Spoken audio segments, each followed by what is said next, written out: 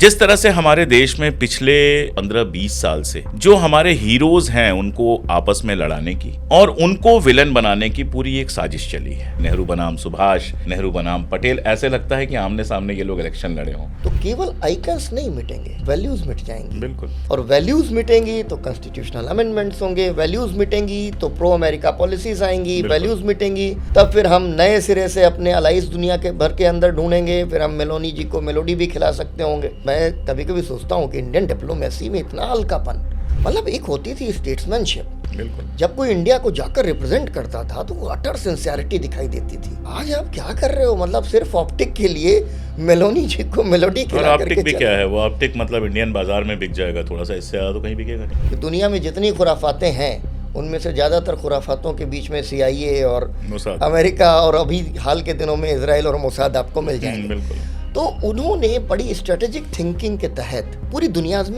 के अंदर एजेंडाज भी भेजे हैं कि ये कहानी तो तभी चलने वाली है जब अमेरिका की मोनोपोली, अभी हम देख रहे हैं मोदी जी कॉम्प्रोमाइज्ड हैं अमेरिका से, तो अमेरिका के साथ डील भी कर लेंगे, अमेरिका की जो है ना हिसाब से ही पेट्रोल खरीदेंगे, डीजल खरीदेंगे, पेट्रोलियम खरीदेंगे। सिस्टमेटिकली उन्होंने आइडेंटिफाई किया कि हिंदुस्तान के नेशन स्टेट को अंदर से कमजोर करने वाली ताकतें कौन सी हो सकती, और वो RSS है। पहली बार RSS को गांधी के असैसिनेशन के बाद ये उम्मीद लगने लगी थी कि इस देश में वो एक बड़ी ताकत बन सकती है, और उसने अपना चाल चरित्र बदलकर गांधीवादी समाजवाद के नाम पर भारतीय जनता पार्टी बना ली है। और फिर RSS ने अपनी जेब में रखे सिक्के गिनने शुरू किए, सारे खोटे सिक्के थे, सारे के सारे गद्दार थे, सारे के सारे माफी वीर थे। तो उसको लगा कि अगर राष्ट्रवाद को एप्रोप्रिएट करना है तो राष्ट्रवाद के प्रतीक भी चुराने होंगे। बिल्कुल। हिंसा और अहिंसा की बाइनरी बनानी है तो रेवोल्यूशनरीज को अपनी तरफ ले लो तो गांधी पर अटैक करना आसान हो जाएगा। तो सबसे पहला शिकार, भले खुद कभी गुलेल न चलाई हो। अब यहाँ पर दूसरा मुश्किल फंस जाता है, गांधी को डायरेक्टली अटैक करना, किसी के पास इतना मॉरल कंपास नहीं है कि वो गांधी को सीधे तौर पर अटैक कर सके। इस देश में जनता को नेशनलिज्म दिखाई देना चाहिए, तो communalism under the garb of nationalism, जैसे वो प्रेमचंद कहते थे ना कि सांप्रदायिकता संस्कृति की खाल ओढ़ के आती है, तो मैं कहता हूँ, और उन्होंने एग्जीबिशन, RSS एक सांस्कृतिक संगठन, RSS एक सांस्कृतिक संगठन है। ठीक उसी तरीके पे से जो है सांप्रदायिकता राष्ट्रवाद का नकाब ओढ़ कर आती है। बिल्कुल। नेहरू के ऊपर सबसे ऑर्गेनाइज्ड असॉल्ट और कैरेक्टर असैसिनेशन 1959 के बाद शुरू होता है जी। और मोहित सेन लिखते हैं कि चाइना के इशारे पर भारत के कुछ कम्युनिस्टों ने इसकी सुपारी ली थी। भाई दो ही लोगों ने ये नारा दिया था, कम्युनिस्टों ने कहा कि देश की जनता भूखी है, ये आज़ादी झूठी है, मतलब इतनी लंबी लड़ाई के बाद जो आज़ादी मिली वो झूठी थी। और हिंदू महासभा ने कहा कि ये आज़ादी झूठी है क्योंकि हिंदू राष्ट्र नहीं बना, तो झंडा तिरंगा उनको नहीं फहराना था। सावरकर ने तिरंगा फहराया था, ये मैंने अपनी किताब में जब रिसर्च करा तो पाया, बड़ा इंटरेस्टिंग था। सावरकर को लेके आप कैसे देखते हैं? देखिए, होता क्या है कि मैं अपनी पूरी ज़िंदगी मैं गांधी के नाम पर, फ्रीडम स्ट्रगल के नाम पर बिताऊं, अचानक से आपको पता चले कि सौरभ वाजपेयी तो अभी फ़िलहाल कॉम्प्रोमाइज़ हो गए हैं और चले गए हैं, और फलाने जी की तरह से वहाँ पे उनको बढ़िया 1.5-2 लाख की जो है नौकरी मिल गई है। अब उनके ट्वीट्स, उनके फेसबुक पोस्ट और उनके जो है इंटरव्यूज़ वगैरह निकल रहे हैं, सब RSS के पक्ष के निकल रहे हैं। आप मेरा ऐतिहासिक मूल्यांकन मेरे पहले के हिस्से के हिसाब से करेंगे या बाद के हिस्से के हिसाब से करेंगे? कपूर कमीशन में जो लिखा है, एग्जैक्ट वर्ड्स उसके ये है कि सावरकर और उनके गिरोह के अलावा, गिरोह वर्ड है, गैंग यूज किया हुआ है, उनके अलावा कोई और गांधी हत्या का अपराधी हो ही नहीं सकता, कोई और प्लान ही नहीं कर सकता। इतना ज्यादा श्योर था कपूर कमीशन। कभी सुभाष कम्युनल रहे? अगर सुभाष कम्युनल रहे तो आप INA के कॉम्पोजिशन को देख लीजिए। नेहरू ब्रिगेड, गांधी ब्रिगेड, आज़ाद ब्रिगेड मौलाना आज़ाद के नाम पर, इत्तेमाद, इत्तेफाक, कुर्बानी, ठीक है ना, और RG हुकूमत। अगर आज नेताजी आकर के ये घोषणा कर दें कि हिंदुस्तान में RG हुकूमत होगी और इत्तेमाद, इत्तेफाक और कुर्बानी हमारा नारा है, तो GTV वाले कहेंगे कि अरे हिजबुल मुजाहिदीन आ गया।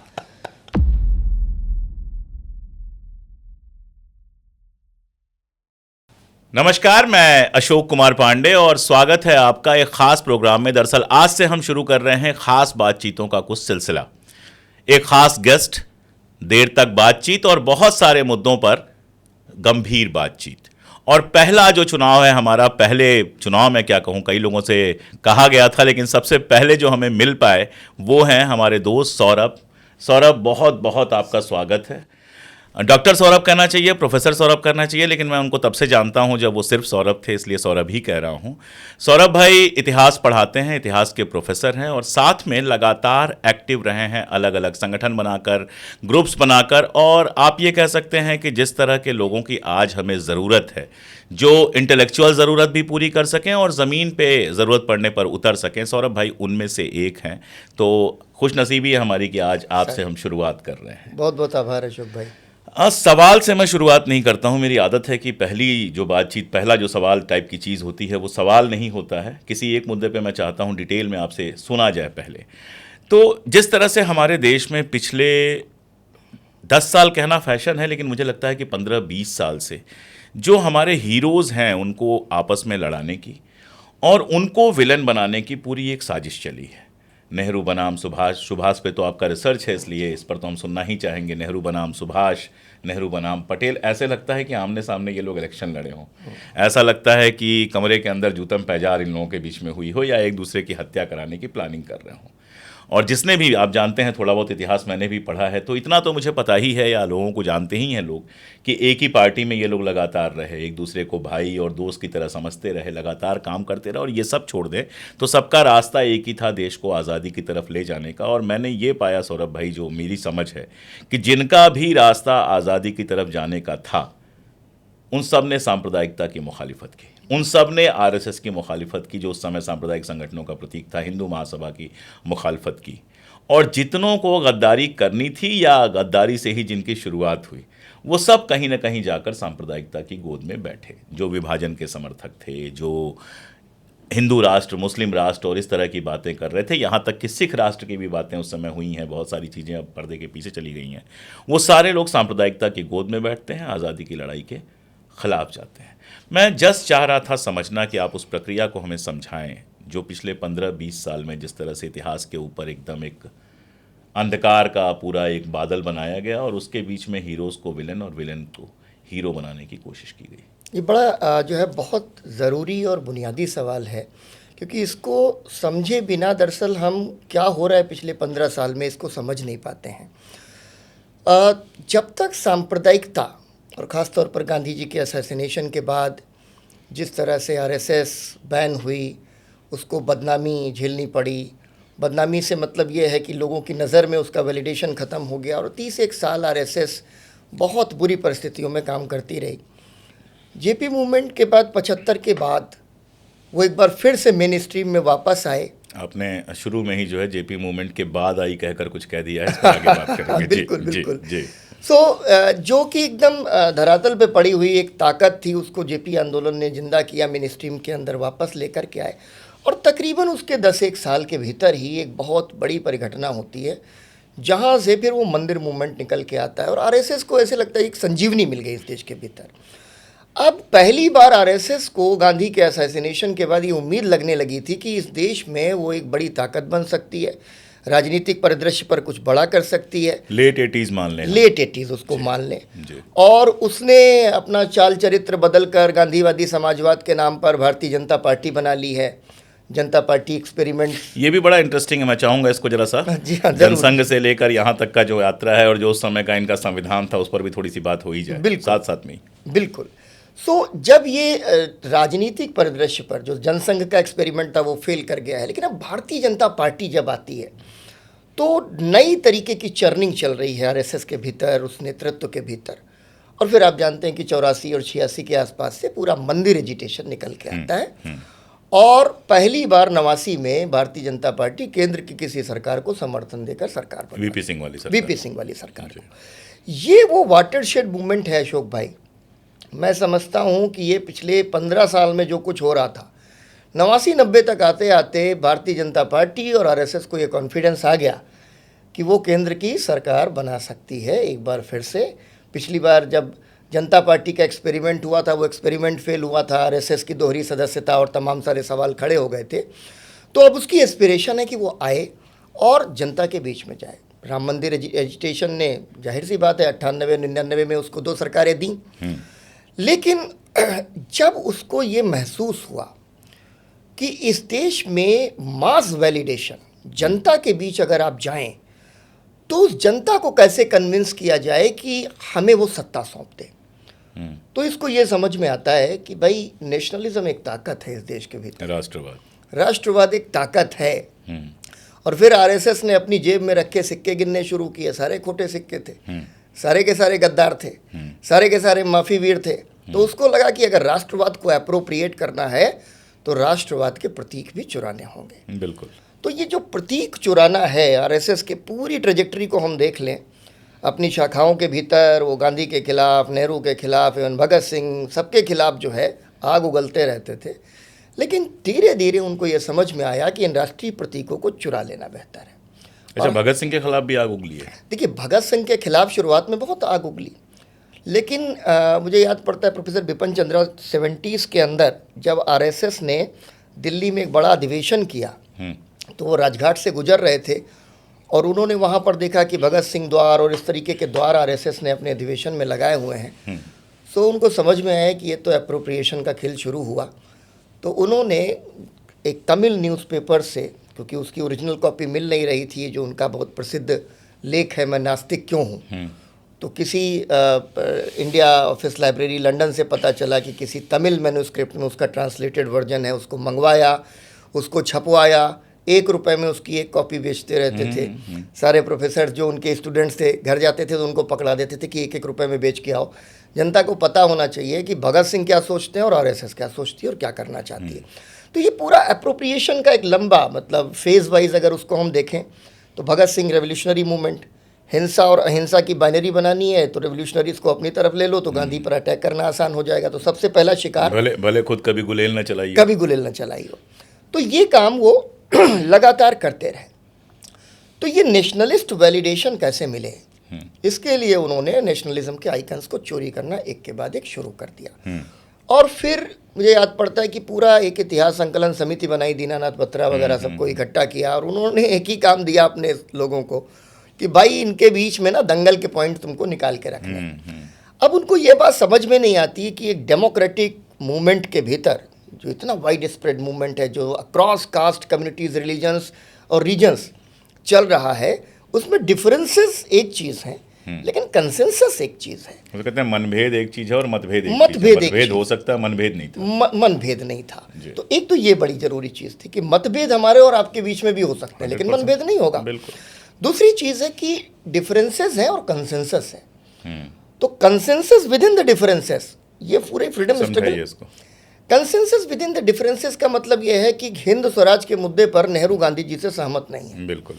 उनकी लगातार बहस चलती रहती है, बार बार उनकी खतों किताबत के अंदर नेहरू ग्राम स्वराज की पूरी अवधारणा को खारिज कर देते हैं और वेस्टर्न जो है इंडस्ट्रियल डेवलपमेंट और इन सारी चीज़ों की बात करते हैं। एक फिर दूसरा जो पाश्चात्य नोशन है समाजवाद की भी बात कर रहे हैं कि फिर हम कैसे आखिर जो है एक इगैलिटेरियन डिस्ट्रीब्यूशन करेंगे, समानतावादी एक वितरण करेंगे संसाधनों का। ये सारे मतभेद हैं। 46-47 में on the eve of independence ये और शार्पन हो जाते हैं क्योंकि अब तो आज़ाद हो रहे हैं, अब कौन सी योजना लेके जानी, कौन सी पॉलिसीज़ लेकर के जानी। तो इतनी तक बहस तीखी हो जाती है कि वो कहते हैं कि मुझे तो इसके अंदर कुछ काम का नहीं दिखाई देता, मैं इसे कचरे के डिब्बे में फेंक दूंगा। और वो नेहरू गांधी 1942 के बाद एक बार नहीं, not Raja ji, not Patel, but Nehru will be my successor, Nehru मेरे उत्तराधिकारी होंगे। तो एक तरफ मतभेद हैं लेकिन दूसरी तरफ एक कंसेंसस है, वो ग्रैंड कंसेंसस है। तो वो ग्रैंड कंसेंसस आपको पटेल और नेहरू के बीच में भी मिल जाएगी, आपको सुभाष और नेहरू के बीच में भी मिल जाएगी, आपको गांधी और नेहरू के बीच में मिल जाएगी, इवन रेवोल्यूशनरीज और कांग्रेस के लोगों के बीच में मिल जाएगी, सोशलिस्ट और नेहरू के बीच में मिल जाएगी। सो इस बात को समझना बेहद ज़रूरी था कि एक ग्रैंड कंसेंसस थी। ये इस पूरे सवाल का आधा जवाब है। अशोक भाई, हमारे घर में खजाना है, हमारी तिजोरी भरी हुई है, हमने पहरेदार नहीं बिठाए हुए। कोई भी आता है, हमारा कोई आइकन लेकर चला जाता है और फिर कहते हैं कि नहीं भाई ये तो लेके चला गया, अब तो पब्लिक डोमेन में ये बात चली गई, अब छोड़ दो इन पर क्या ही काम करना। तो मैं हमेशा कहता हूँ कि आरएसएस ने एक काम किया, वो आपने कभी खेल खेला होगा, उत्तर प्रदेश बिहार में खूब खेलते थे हम लोग, जिसको विष अमृत कहते थे, है ना। तो उस खेल की तरह आरएसएस जिस आइकन को छूती चली गई उस आइकन को अपन छोड़ते चले गए कि जब भाई पटेल पे ज़्यादा बात नहीं करनी। क्यों नहीं करनी? क्योंकि ये पटेल ने ये किया, फिर पटेल ने वो किया। और उसमें एक बड़ा कंट्रीब्यूशन हमारी जो है ना, जो मार्क्सिस्ट हिस्टोग्राफी है, उसने भी निभाया। कि मुझे याद पड़ता है कि पटेल के ऊपर बहुत शुरुआती जो है लेखन जो मैंने पढ़े वो एजी नूरानी के कुछ आर्टिकल्स पढ़े, और उन्होंने हैदराबाद को और तेलंगाना मूवमेंट को लेकर के सरदार पटेल को इतना ज़्यादा अटैक किया कि एक समय में मुझे इम्प्रेशन मिला कि ऐसा लगता था कि वो विलन है। सो काफ़ी कुछ ये भी हुआ। तो एक पूरे नैरेटिव के भीतर ये हुआ कि जिन जिन आइकन्स को आरएसएस छूती जा रही है, अप्रोप्रिएट करने की कोशिश कर रही है, हमने उनको ब्रिंग बैक करने की कोई कोशिश नहीं की, हमने रिक्लेम करने की कोशिश नहीं की। आज अगर आप गुजरात चले जाएं, मुझे बड़े दुख के साथ कहना पड़ता है कि मैं खूब गुजरात गया हूँ, खूब सारे प्रोग्राम्स वहाँ पर किए हैं, लेकिन मुझे आज वहाँ पर सरदार पटेल की लेगेसी, वहाँ पर कास्ट लेगेसी ज़्यादा दिखाई देती है। बिल्कुल। आरएसएस ने ना केवल इन आइकन्स को अप्रोप्रिएट किया है, बल्कि उसको अपने इलेक्शनरिंग के हिसाब से कहीं ना कहीं फिट कर लिया है। तो आज गुजरात में आप गांधी की बात करेंगे, वो उतना अपील नहीं करता। आप पटेल का नाम लेंगे तो वो आपको, पटेल वोट बैंक बहुत बड़ा है, पटेल एक बहुत बड़ा वोट बैंक है। बिल्कुल। तो मेरा ये समझ है अशोक भाई कि ये जो अप्रोप्रिएशन का पूरा ड्राइव है, आरएसएस को अपना चाल चरित्र बदलना पड़ा, and that is for the mass validation. इस देश में जनता को नेशनलिज्म दिखाई देना चाहिए, तो communalism under the garb of nationalism, जैसे वो प्रेमचंद कहते थे ना कि सांप्रदायिकता संस्कृति की खाल ओढ़ के आती है, तो मैं कहता हूँ, और उन्होंने एग्जीबिशन, आरएसएस एक सांस्कृतिक संगठन, आरएसएस एक सांस्कृतिक संगठन है। तो मैंने अभी कहीं पर यह बोला कि ठीक उसी तरीके पे से जो है सांप्रदायिकता राष्ट्रवाद का नकाब ओढ़ कर आती है। बिल्कुल। तो इस वजह से उनकी मजबूरी थी कि वो हमारे आइकन्स की बात करें, और उनको जो एक लार्जर हेजिमनी है, पहली गांधी, और गांधी का मैं मानता हूं कि जो सक्सेसर है वो नेहरू हैं। रोल्स अलग हैं, फेजेस अलग हैं, pre independence, post independence. Gandhi को अगर आपको अटैक करना है, गांधीयन कंसेंसस को आपको अगर अटैक करना है, तो आपको नेहरू को भी अटैक करना पड़ेगा। तो गांधी और नेहरू उनके मेन विलन हैं। अब यहाँ पर दूसरा मुश्किल फंस जाता है, गांधी को डायरेक्टली अटैक करना, किसी के पास इतना मॉरल कंपास नहीं है कि वो गांधी को सीधे तौर पर अटैक कर सके। तो इससे बेहतर है कि आप या तो वो खुद बहुत इमोरल हो, इतना इमोरल हो कि उसके कहने का कोई असर नहीं पड़े, तो वो कर सकता है। अदरवाइज एक जिम्मेदार पद पे बैठ के करना बड़ा मुश्किल काम है, बहुत ही मुश्किल है। लेकिन मैं आपको एक किस्सा बताता हूँ, और आप सोचिएगा कि किस तरह से अटैक किया गया है। लास्ट ईयर में गया था, तो नार्डिक कंट्रीज़ मेरा देखने का मन था, तो मैं फिनलैंड गया। अच्छा, फिनलैंड के बारे में मैंने पढ़ा था कि गांधी की मूर्ति वहाँ पर इस्टेब्लिश की गई है। तो फिनलैंड में मैं और मेरे दोस्त थे, वो भी गांधीयन हैं, तो हम दोनों रात को गांधी की मूर्ति ढूंढने निकले। ऐसी जगह वो मूर्ति थी, बारिश हो रही थी, ठंड थी, वो सब तो हमारी प्रॉब्लम थी, लेकिन मूर्ति ऐसी जगह थी कि वाकई उसको खोजना पड़ा। अगले दिन हम गए एस्तोनिया की राजधानी तालिन वहाँ से जुड़ी हुई है, तो वहाँ गए हम। वहाँ भी पता चला गांधी की मूर्ति, हमने कोई बिना मिले तो नहीं जाएंगे, बाबा हैं यहाँ पे तो मिलेंगे इनसे। तो वहाँ भी हम लोगों ने घूमना शुरू किया। मुझे लगता है 12-15 किलोमीटर हम लोग पैदल चले, सिर्फ गांधी की मूर्ति ढूंढने के लिए। मिल तो गई, लेकिन ढूंढना पड़ा। तो मैंने कहा ऐसा कैसे हो गया, तो पता ये चला कि उन देशों ने भारत से कहा था कि हम गांधी की मूर्ति लगाना चाहते हैं। भारत से मूर्तियाँ बन के वहाँ चली गईं, और उसके बाद वो ये अपील करते रहे कि कोई आपके यहाँ से इम्पोर्टेंट आदमी आए और इसका अनावरण कर दे। ओहो, कोई नहीं गया। 2 बार फॉरेन मिनिस्टर के प्रोग्राम कैंसिल हुए, तो फाइनली उन्होंने अपने हिसाब से जिस जगह पे उनको लगा वहाँ पर लगा दिया। ये अभी हाल की बात है ये। तो जितना कोशिश कर सकते हैं उतना हाईएस्ट लेवल से भी कर रहे हैं, लेकिन जो आपने कहा कि वो एक लिमिट है, उसकी एक लिमिट है। क्योंकि इसके बावजूद अगर आप देखिए ना, तो दुनिया के अधिकांश देशों में, यहाँ तक छोटे छोटे देशों के भीतर भी आपको गांधी के नाम पर लाइब्रेरीज मिल जाएंगी, हॉस्पिटल मिल जाएंगे, रोड मिल जाएंगे, तमाम तरीके की चीज़ें। ईरान में पता चला गांधी के नाम पे हॉस्पिटल को नहीं पता था, नहीं ध्यान गया था। जाहिर सी बात है। सो गांधी को डायरेक्टली अटैक करना उनके लिए जो है थोड़ा सा मॉरली जो है अनकम्फर्टेबल है, तो वो उसको डिफेंड नहीं कर पाते। सो मुझे ये समझ में आया कि 2014-15 से ये जो है, जब उनके पास स्टेट पावर भी आ गई, तो उन्होंने बड़ा सिस्टमेटिक एक प्रयास शुरू किया कि through institutions, through school education, तमाम तरीक़ों से आपको इस पूरी लेगेसी को चौपट करना है। सो ये जो अप्रोप्रिएशन है हमारे जो फ्रीडम फाइटर्स का, उनके बीच के उन डिफरेंसेस को निकाल के वो जो वाइडर कंसेंसस है उसको चौपट करने का काम लगातार पिछले 15 सालों से इस देश में किया जा रहा है।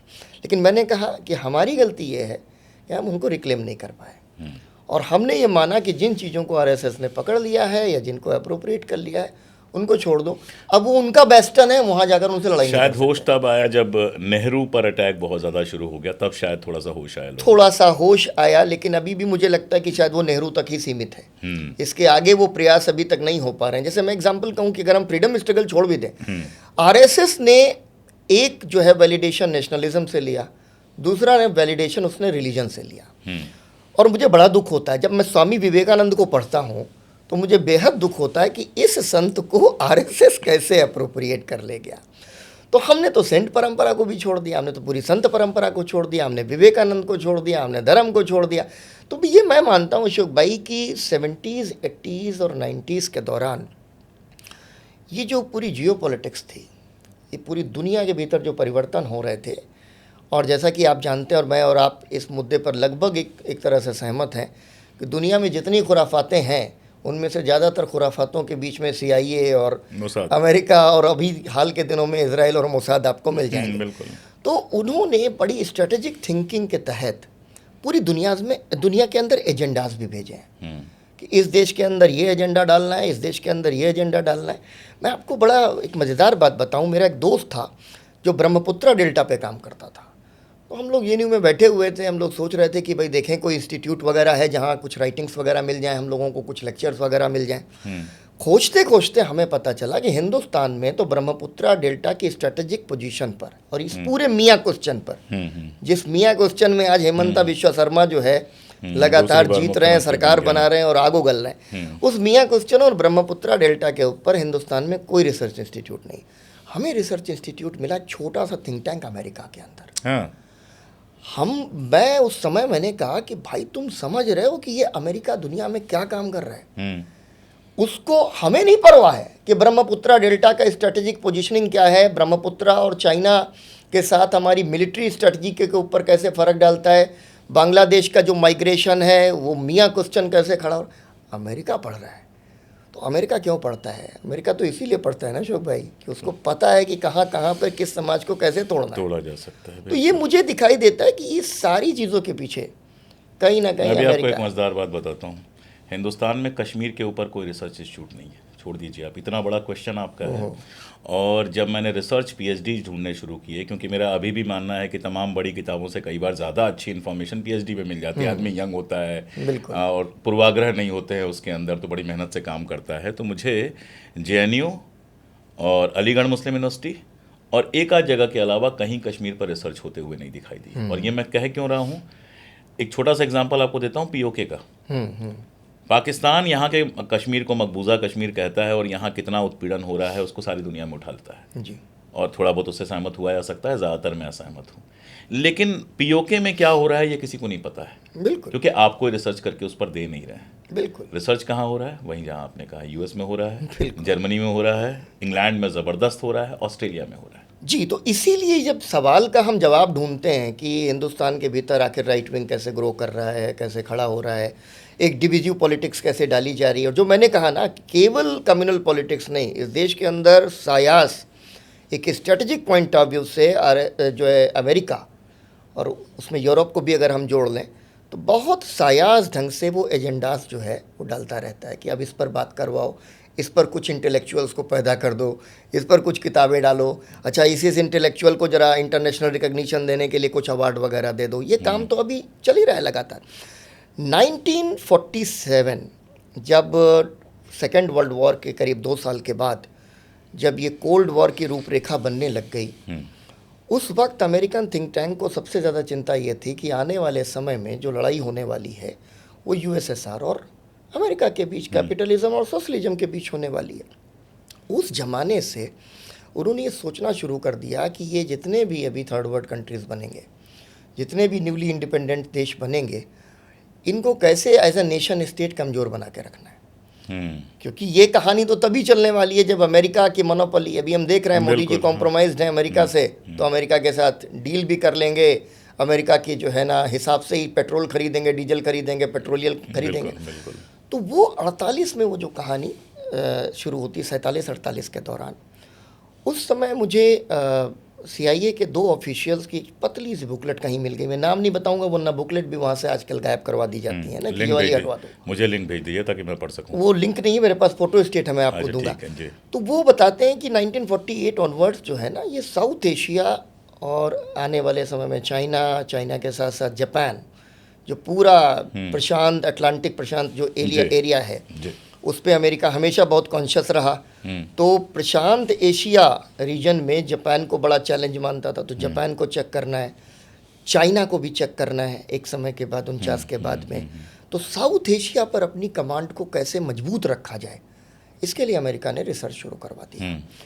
और उसको ये लगा कि इस कॉन्टिनेंट के भीतर, अगर हम इंडियन कॉन्टिनेंट की बात करें, अगर आज का जो पाकिस्तान, बांग्लादेश, इंडिया और साथ साथ उसके जो आसपास के इलाके हैं, तो इंडियन सब कॉन्टिनेंट उसको लूजली बोलते हैं। उसको ये लगा कि ये इंडियन सब कॉन्टिनेंट के अंदर जो बड़े नेशन स्टेट्स अगर तैयार हो गए, खड़े हो गए, तो आने वाले समय में ही हमारी बात सुनेंगे नहीं। बिल्कुल। और जो इंडिया के अंदर जो लीडरशिप है, खासतौर पर नेहरू उस वक्त मौजूद हैं, और कैसे 1952, 53, 54 के दौरान वो पूरा जो नॉन अलाइनमेंट मूवमेंट है वो तैयार हो रहा है, नेहरू उसके नेता बने हुए हैं, यूरोप को भी क्लब कर रहे हैं, अफ्रीका को भी कर रहे हैं, लैटिन अमेरिका को भी क्लब कर रहे हैं, एशिया तो है ही है उसके अंदर। सो अमेरिका को ये लगा कि इंडिया कॉम्प्रोमाइज़ अभी नहीं हो सकता हमारे साथ। कॉम्प्रोमाइज़ कौन हो सकता है? पाकिस्तान हो सकता है।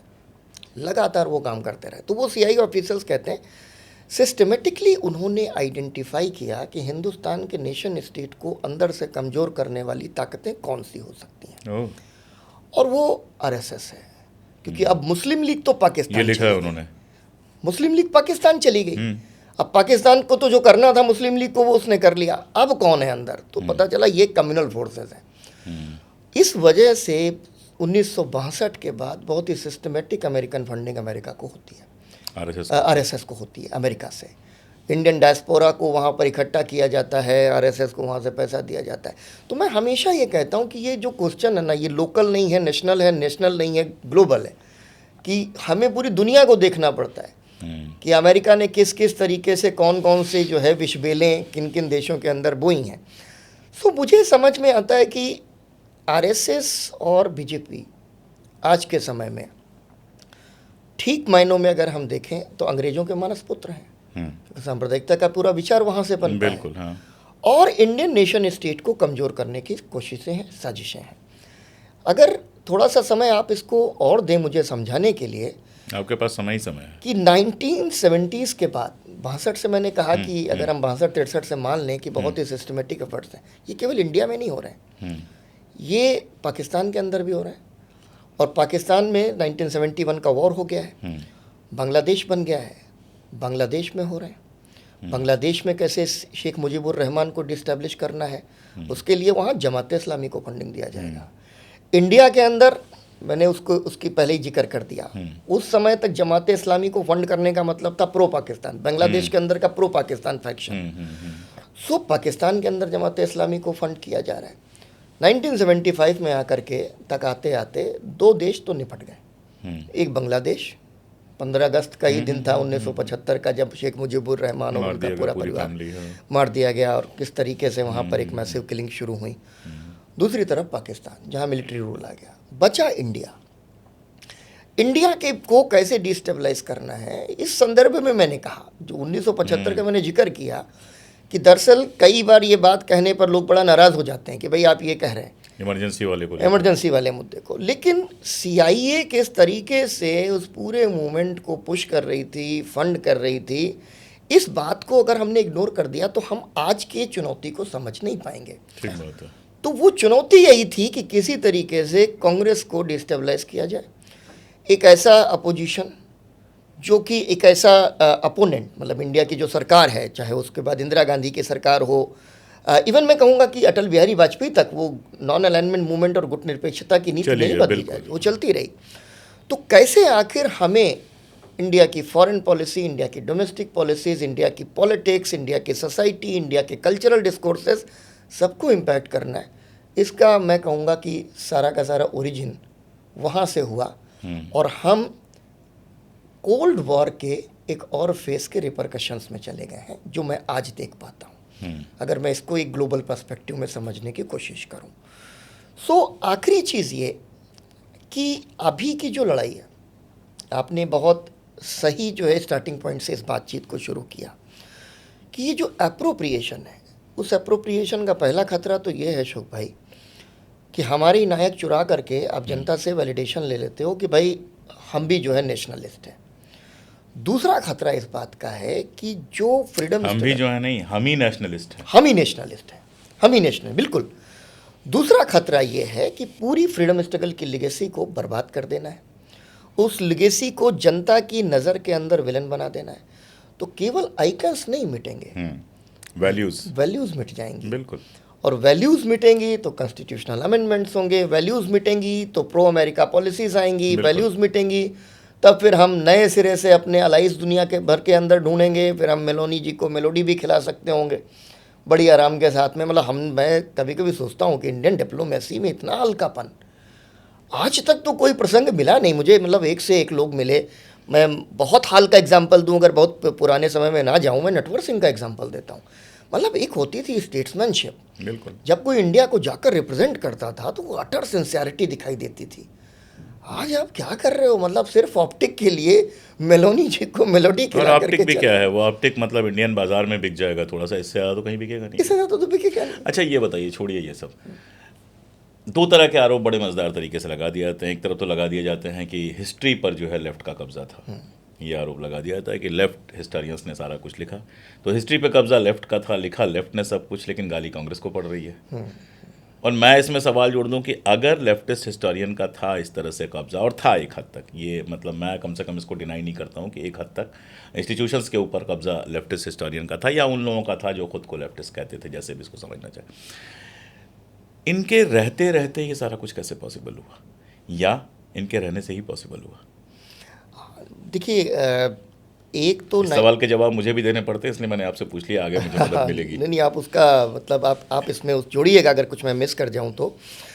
देखिए, 1960s के बाद में जो पोस्ट इंडिपेंडेंट इंडिया का जो नेशन मेकिंग प्रोजेक्ट है, मैं कभी कभी सोचता हूं कि एक अकेले नेहरू क्या क्या करते। तो इस देश के भीतर जो एक कांग्रेस इंटेलिजेंसिया था और नेशनलिज्म का जो प्रोजेक्ट था वो चलता रहा, लेकिन उसके बाद में लेफ्ट हिस्टोरियंस ने बहुत ही पॉजिटिव कंट्रीब्यूशन की। अगर मैं हिस्ट्री राइटिंग की बात करूं तो पहली बार हिंदुस्तान के भीतर अगर आप ये देखिए कि आर्थिक विवेचना या इकोनॉमिक जो है एनालिसिस शुरू होती है तो वो लेफ्ट हिस्टोरियंस उसको लेकर के आते हैं। इसके पहले तो वो एकदम प्योर नेशनलिस्ट हिस्ट्रीज चल रही थी, राजा हैं, रानी हैं, डायनेस्टीज हैं, ये मरा तो वो आया, वो मरा तो वो आया। उसके बीच में क्रोनोलॉजिकल टाइप का मामला था। वो बड़ा डिपार्चर है कि किस तरीके से ये जो पूरी नई खेप आती है हिस्टोरियंस की, वो कंट्रीब्यूट करते हैं, बहुत ही पॉजिटिवली कंट्रीब्यूट करते हैं, और वहाँ से सामाजिक, आर्थिक, सांस्कृतिक तमाम सारी जो है ना विवेचना के लिए एक स्पेस क्रिएट होता है, और ये बहुत बड़ा पॉजिटिव कंट्रीब्यूशन है लेफ्ट हिस्टोरियंस का। दूसरी चीज़ अगर मैं कहूँ कि लगभग उसी समय से इंस्टीट्यूशंस के ऊपर जब मैं अगर कहूँ तो जवाहरलाल नेहरू यूनिवर्सिटी 1969 में आ गई संकल्पना, 71 तक आकर फंक्शनल हो गई। लेकिन उस ज़माने में जो लोग आए वो सबसे ज़्यादा तेज़ तर्रार पढ़ने लिखने वाले जो लोग हुआ करते थे तो वही थे। सतीश चंद्रा को ले आइए आप, एक जो है एस गोपाल को लेकर के आ जाइए, आप बिपिन चंद्रा को ले आइए, आप रोमिला थापर को ले आइए। अगर हिस्ट्री डिपार्टमेंट की मैं बात करूँ, चूँकि मैं हिस्ट्री का ही तालिबे इल्म हूँ, इस नाते वहाँ पर ज़्यादा अच्छे से बात कर सकता हूँ। तो वही लोग हैं जिन्होंने एक तरफ तो उस पूरी जो है मार्क्सिस्ट हिस्ट्रियोग्राफी, हिस्ट्री राइटिंग ट्रेडिशंस को इंडिया के अंदर इंट्रोड्यूस किया और हमको बहुत एनरिच किया। साथ ही साथ में अशोक भाई, उन लोगों ने एक जो मार्क्सिज्म का जो डिटर्मिनिज्म हुआ करता था या कन्फर्मिज्म हुआ करता था, जैसे मार्क्स का एशियाटिक मोड ऑफ प्रोडक्शन, तो आर एस शर्मा से लेकर के रोमिला थापर तक सारे लोग मार्क्स को क्रिटिक भी करते हैं। उनकी भारत संबंधी समझ जो है वो अधूरी है, बड़ी यूरोसेंट्रिक है। तो वो कहानी वहाँ से तो शुरू होती है और बहुत ही पॉजिटिव कंट्रीब्यूशन लेकर के आती है। लेकिन दूसरी तरफ है पॉलिटिकल लेफ्ट, एकेडमिक लेफ्ट और पॉलिटिकल लेफ्ट। हम सब कहीं ना कहीं अगर अपने आप को उस चौहद्दी में देखना चाहें तो आज भी सारे रिविजन्स, आज को आपको पता है कि लेफ्ट के अंदर रिवीजन बड़ा गंदा शब्द माना जाता है। रिविजनिज्म एक हाँ, गाली है। माना वो स्टालिन ने उसको बड़ा फेमस किया कि रिवीजन नहीं होना चाहिए, सब कुछ एकदम लाइन और थीसिस के हिसाब से होना चाहिए। बिल्कुल। यही खा गया हिंदुस्तान में लेफ्ट मूवमेंट को। लेकिन मैं खुद कहता हूँ कि अपने सारे रिविजन्स के बावजूद भी मैं अपने आप को लार्जली अगर आइडेंटिफाई करता हूँ तो as a Marxist historian identify करता हूँ। मेरी तो पूरी लाइन ऑफ थिंकिंग अलग हो गई है। कम्युनिस्ट मूवमेंट और कम्युनिस्टों की जो समझ है, भारतीय स्वाधीनता संग्राम, भारतीय समाज की संरचना बहुत भिन्न हो चुकी है मेरी समझ उनसे। इसके बावजूद मैं अपने आप को मार्क्सिस्ट मानता हूँ। तो ये जो दूसरी चीज़ थी, जो पॉलिटिकल लेफ्ट था, पॉलिटिकल लेफ्ट ने अपने आप को इवॉल्व नहीं किया। यहाँ मैं एक सेकंड आपको रोक रहा हूँ क्योंकि मैं चाहता हूँ उस पर थोड़ी सी और बात हो जाए, फिर पॉलिटिकल लेफ्ट पे आप जाएं। ये जो बात है कि गांधी ने कोशिश नहीं की भगत सिंह को बचाने की, मैं इतने ट्रिवियल इशू पे आपको बहुत डिटेल बोलने के लिए नहीं कह रहा हूँ, मैंने अपनी किताब में लिखा और बहुत हम लोग बात कर चुके हैं। लेकिन इसके सबसे शुरुआती जो वर्जन मुझे मिले उन लोगों के यहाँ मिले जो खुद को लेफ्टिस्ट कहते थे। जाहिर सी बात है। इसके अलावा नेहरू बुर्जुआ लीडर थे जी, गांधी बुर्जुआ लीडर थे, और बुरे शब्दों के साथ, बुर्जुआ तो मैं बहुत बुरा शब्द नहीं मानता हूँ, लेकिन इससे भी बुरे शब्दों के साथ मैंने पढ़ा है, बाकायदा पढ़ा है, डॉक्यूमेंट्स में पढ़ा है, किताबों में पढ़ा है। आप कहेंगे तो मैं कोट कर दूंगा, आप कहेंगे तो 10 मिनट लेके घर जाके वो ला कर रख दूंगा, मैंने मार्क करके बाकायदा रखा। मैं बिल्कुल समझ गया। और ऐसे 50 आरोप मैं गिना सकता हूँ जो वहाँ से शुरू हुए और फिर और ज़्यादा डिकम्पोज करके, गंदा करके वो व्हाट्सएप पे आना शुरू हुए। जाहिर तौर पे जब व्हाट्सएप पे आए तो उसमें बहुत सारी गंदगी जोड़ दी गई, वो भाषा किसी भी इंटेलेक्चुअल की नहीं हो सकती थी। लेकिन ये वाली आलोचना और इस तरह की चीज़ें मैंने वहाँ खूब देखी हैं। बिल्कुल देखी हैं। और मैं वहीं पर आ रहा था कि जो पॉलिटिकल लेफ्ट है वो इवॉल्व नहीं किया। आप जो जिक्र कर रहे हैं रजनी पामदत्त की इंडिया टुडे, उसमें गांधी को समझाते हुए वो कहते हैं Gandhi was a mascot of bourgeoisie and a John of revolution. Yes. जब क्रांति होने लगती है तो फिर क्रांति जो है ना, गांधी हमेशा हाथ वापस खींच लेते हैं। और कैसे इवॉल्व नहीं किया, मैं आपको बताऊं, ये 98-99 की बात होगी। उस वक्त मैं स्टूडेंट फेडरेशन ऑफ इंडिया में था, तो सीताराम येचुरी आए हुए थे लखनऊ। हम लोग पार्टी ऑफिस में उनसे मिलने के लिए गए और मैंने उनसे एक सवाल किया कि हमारी पार्टी लाइन में हम गांधी को कैसे समझते हैं। तो येचुरी जी ने अपने जो है ना चिरपरिचित अंदाज में, वो सिगरेट पी रहे थे और बड़ा शफाक सी एक धोती और बनियान, खूबसूरत से इंसान थे। और उस वक्त जेएनयू जाना है, मैं बड़ा नर्वस हूँ। जेएनयू का एक प्रेसिडेंट हमारे सामने खड़ा, मेरे घुटने काँप रहे थे, खट खट खट खट खट खट, बहुत छोटा सा लड़का। मैंने उनसे पूछा कि गांधी को हम अपनी पार्टी लाइन में कैसे समझते हैं। तो अशोक भाई उन्होंने वही जवाब दिया जो रजनी पामदत्त लिख गए थे। तो मुझे लगा कि आज तक ये जो है ना, रत्ती भर भी ये इवॉल्व नहीं कर पाया है लेफ्ट अपने आप को गांधी को समझने के लिए या फ्रीडम स्ट्रगल को समझने। उन्होंने कहा कि देखो, गांधी तो बहुत बड़े मास लीडर थे, लेकिन जब जनता के हाथ में आंदोलन जाने लगता था तो आंदोलन से अपना हाथ वापस खींच लेते थे। मैं इतना नर्वस था कि मैं काउंटर क्वेश्चन नहीं कर पाया। करीब 1.5 साल बाद उनसे फिर मुलाकात हुई, तो मैं 3 मंजिल पे प्रोग्राम था, वहाँ से सीढ़ियाँ उतरते समय मैं उनके पास गया और उनकी रिमार्केबल मेमोरी। उन्होंने कहा अच्छा, मेरी तुमसे गांधी पे बात हुई थी। मैंने कहा हाँ। मैं बड़ा खुश हो गया कि सीताराम येचुरी ने मुझे पहचान लिया। मैंने उनसे कहा कि सर, मैंने पिछली बार जो सवाल पूछा था उस पर एक काउंटर क्वेश्चन है। क्या काउंटर क्वेश्चन है बताओ। मैंने कहा कि सर, अगर चौरी चौरा में जनता के हाथों में जाता हुआ आंदोलन, मेरे दिमाग में भी वही सवाल चल रहा था। हाँ। गांधी ने उस आंदोलन से अपना हाथ वापस खींच लिया क्योंकि वो आंदोलन जनता के हाथों में जाता हुआ आंदोलन था, तो नक्सलवाड़ी आंदोलन भी तो सीपीएम काडर की ही पुरानी डिमांड्स पर खड़ा हुआ एक आंदोलन था। बिल्कुल। तो सीपीएम ने नक्सलवाड़ी आंदोलन से अपना हाथ वापस क्यों? और इसके साथ आप ये भी सोचिए कि अगर चौरी चौरा के जनता में के हाथ में जो आंदोलन गया था जनता के, वो कितने दिन चलता अगर हाथ नहीं खींचते तो कौन सा नेशनल मूवमेंट वो बन पाता, या वो नक्सलवाड़ी लोकल भी नहीं बन पाता, शायद हम उसको आज याद भी नहीं करते। हम याद भी नहीं करते। तो इनफैक्ट मैं आपको केवल ये बता रहा था कि इस सवाल को लेकर मैं सीताराम येचुरी जी से जो है 3 से 4 बार मैंने वो सवाल किया। आखिरकार जेएनयू में एक पब्लिक मीटिंग में उन्होंने खींच के कहा कि तुम 10 साल से एक सवाल पूछ रहे हो। मैंने कहा आप 10 साल से उसी सवाल से भाग रहे हो। सो खैर, मतलब मैं ये कहना चाहता था कि पॉलिटिकल लेफ्ट इस देश के अंदर इवॉल्व नहीं किया। और जितने भी हिस्टोरियंस ने अपनी इंडिपेंडेंट हिस्टोरियोग्राफिकल इंक्वायरी और प्रोबिंग्स को किनारे करने से इनकार कर दिया। नहीं, उनको किनारे कर दिया गया। उनको किनारे कर दिया गया। वही मैं कह रहा था। जो पार्टी कार्ड होल्डर्स बन गए, उनको तो पार्टी लाइन को फॉलो करना पड़ा। और उसके बीच से ये चाहे John of revolution, mascot of bourgeoisie, मुझे याद पड़ता है पीसी जोशी 1946-47 के दौरान गांधी के साथ कॉरेस्पॉन्डेंस में है और 47 में पीसी जोशी को पार्टी के जनरल सेक्रेटरीशिप से बाहर निकाल दिया जाता है। तुरंत वो पार्टी का जो रेडिकल फैक्शन है वो पीसी जोशी को ही निकाल के बाहर फेंक देता। मुंबई के ऑफिस से पीसी जोशी जब निकल रहे हैं, 1936 में जब रिवाइव किया अशोक भाई, तो सीपीआई 1925 में बन चुकी है, 50 लोग सदस्य हुआ करते थे। और जब पीसी जोशी को बाहर निकाला है इन्होंने, बीटी रणदिवे और बाकी सारे लोगों ने, उस जमाने में 90,000 से ज़्यादा लोग मेंबर हुआ करते थे। तो ना कैसे एक यंग लड़का आकर के सीपीआई का जनरल सेक्रेटरी बनता है, इप्टा बना देगा, प्रलेस बना देगा, 90,000 की मेंबरशिप करवा देगा। जब वो जा रहे हैं पार्टी ऑफिस के बाहर, तो वो और उनकी पत्नी अपना सामान अपने आप उठा रहे हैं, भारी भारी सामान, क्योंकि सबको ये डर है कि पीसी जोशी का सामान भी अगर हम उठवा करके रख देंगे उनकी लारी के अंदर तो पार्टी अंबर कार्रवाई कर देगी। तो इस माहौल से लेफ्ट निकला, इतना दमघोटू माहौल है। तो पीसी जोशी और गांधी के बीच में कॉरेस्पॉन्डेंस चल रहा है। उस कॉरेस्पॉन्डेंस की बहुत डिटेल्स में नहीं जाऊंगा, लेकिन वो पीसी जोशी के लिए बहुत घातक बन गया, क्योंकि पीसी जोशी कहीं ना कहीं गांधी को समझना चाह रहे हैं और लेफ्ट को या कम्युनिस्ट मूवमेंट को गांधी के करीब ले जाने की कोशिश कर रहे हैं। यही संवाद चल रहा है। दूसरा उदाहरण अगर मैं दूं आपको, 1964 में 2 उदाहरण दूंगा। एक श्रीपाद अमृत डांगे, चाइना के अग्रेशन के बाद में डांगे की जो पोजीशन है, और जितनी प्रो नेहरू पोजीशन हो सकती डांगे वो पोजीशन ले रहे हैं। क्यों ले रहे हैं?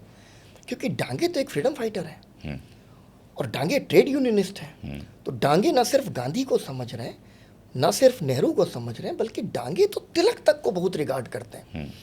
तो डांगे की राइटिंग्स, डांगे की स्पीचेस के अंदर आपको वो इंटेंट दिखाई दे जाएगा जो आपको फ्रीडम स्ट्रगल में दिखाई देता है। और मुझे अगर आप इजाज़त दीजिए, 1929 में जब मेरठ कंस्पिरेसी केस हुआ तो सारे कम्युनिस्ट पकड़े गए, उसमें डांगे भी हैं। बिल्कुल। कहा गया कि जब तक हमारा वकील नहीं आ जाता तब तक चुप रहना है और ये स्वीकार नहीं करना है कि हम सब कम्युनिस्ट पार्टी के सदस्य हैं। जब ये बात बोल दी गई तो डांगे ने कहा कि नहीं, मैं ये नहीं करूँगा, मैं झूठ नहीं बोलूँगा। मैं झूठ इसलिए नहीं बोलूँगा क्योंकि देखो, गांधी के लोग अगर उनके जो है सत्याग्रही हैं तो वो पुलिस से कहते हैं कि मैं सत्याग्रही हूँ, तुमको जो सजा देनी है दो। छूट जाते हैं, वो कहते हैं मुझे भी ले चलो, मैं भी ले चलो। तो बाकी सारे लोगों ने, कम्युनिस्टों ने कहा कि नहीं, हमारा कम्युनिस्ट पार्टी से कोई कनेक्शन नहीं। डांगे ने कहा है। बाकी जो लोगों को सजा हुई, 1 साल की सजा हुई, उसी जुर्म में डांगे को 3 साल की सजा हुई। तो डांगे के अंदर वो संस्कार है। डांगे को विलेन बना दिया गया 1964 के बाद। उसी समय में जब नेहरू जी नहीं रहे तो पीसी जोशी ने एक बहुत ज़बरदस्त ऑबिचुरी लिखी है। मैं कभी सोचता हूँ कि लोग अटल बिहारी वाजपेयी की ऑबिचुरी बहुत अच्छी ऑबिचुरी है, मतलब मैं खुद भी उसको बहुत एडमायर करता हूँ, लेकिन लेफ्ट की ऑबिचुरी, पीसी जोशी की ऑबिचुरी लोगों को जरूर पढ़नी चाहिए। नेहरू के बारे में उन्होंने क्या लिखा। पीसी जोशी उसके बाद कम्युनिस्ट पार्टी ऑफ इंडिया के एकदम पेरीफेरी पे चले गए। अल्मोड़ा में जाके छोटा आश्रम बना के जिंदगी चलाई उस आदमी ने। तीसरी शख्सियत जिनका मैं नाम लेना चाहूँगा वो मोहित सेन।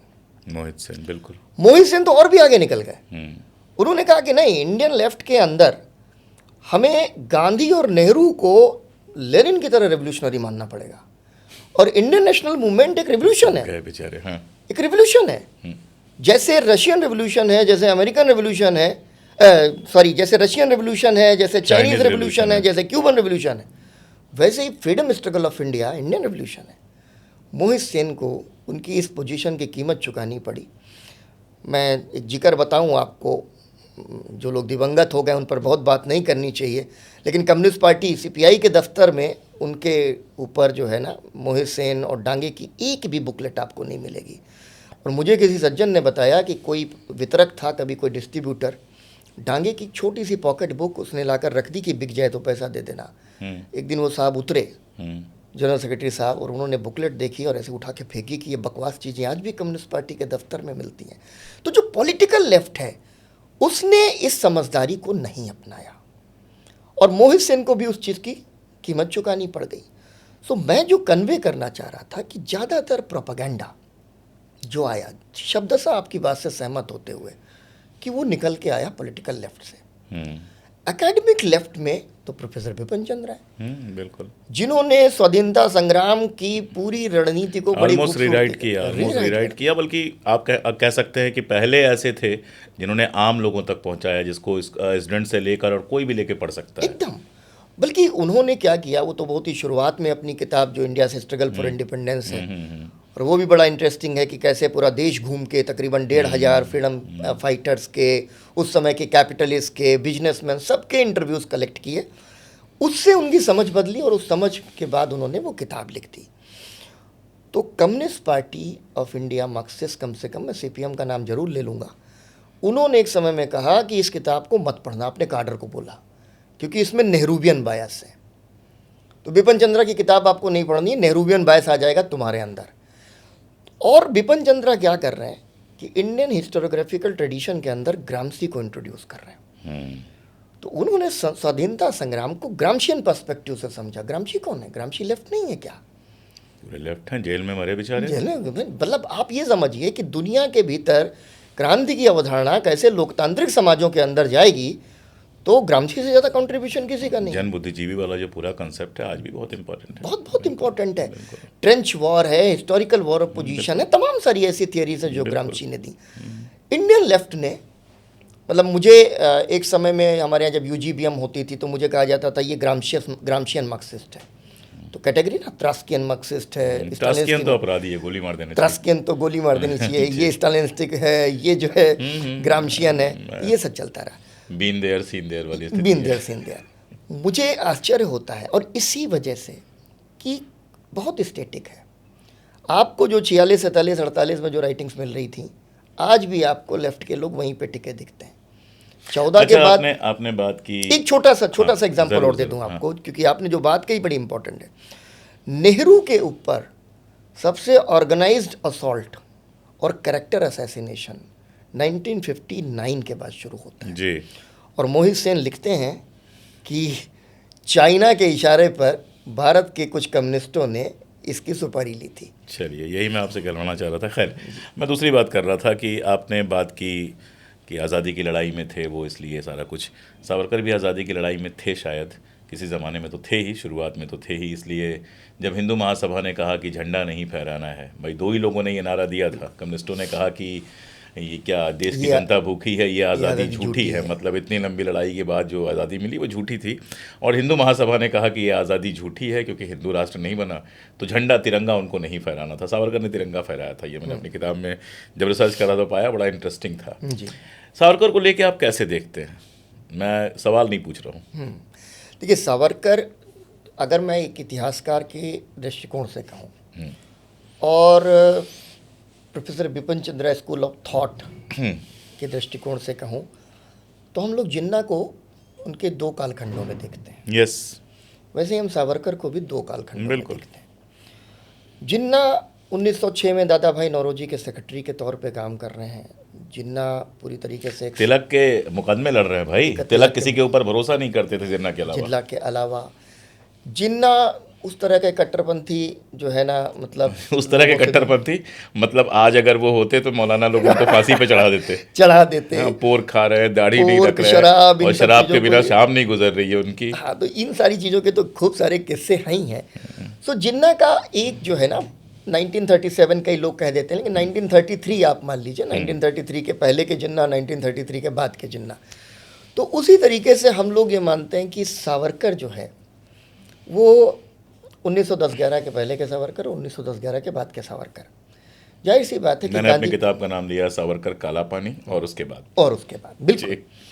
सो इतना तो कोई झुटला नहीं सकता कि स्वाधीनता संग्राम की बहुत सारी धाराएं हैं, उन धाराओं की विवेचना अलग अलग हो सकती है, लेकिन कम से कम अभिनव भारत या उसके पहले रेवोल्यूशनरी एक्टिविटीज़ में बात करना, उनके बारे में उनका प्रचार करना। सौरभ भाई, एक बात मैं यहाँ आपसे कहूँ कि अभिनव भारत के बारे में जितनी महान जानकारियाँ मिलती हैं वो सावरकर के अपने लिखे से मिलती हैं।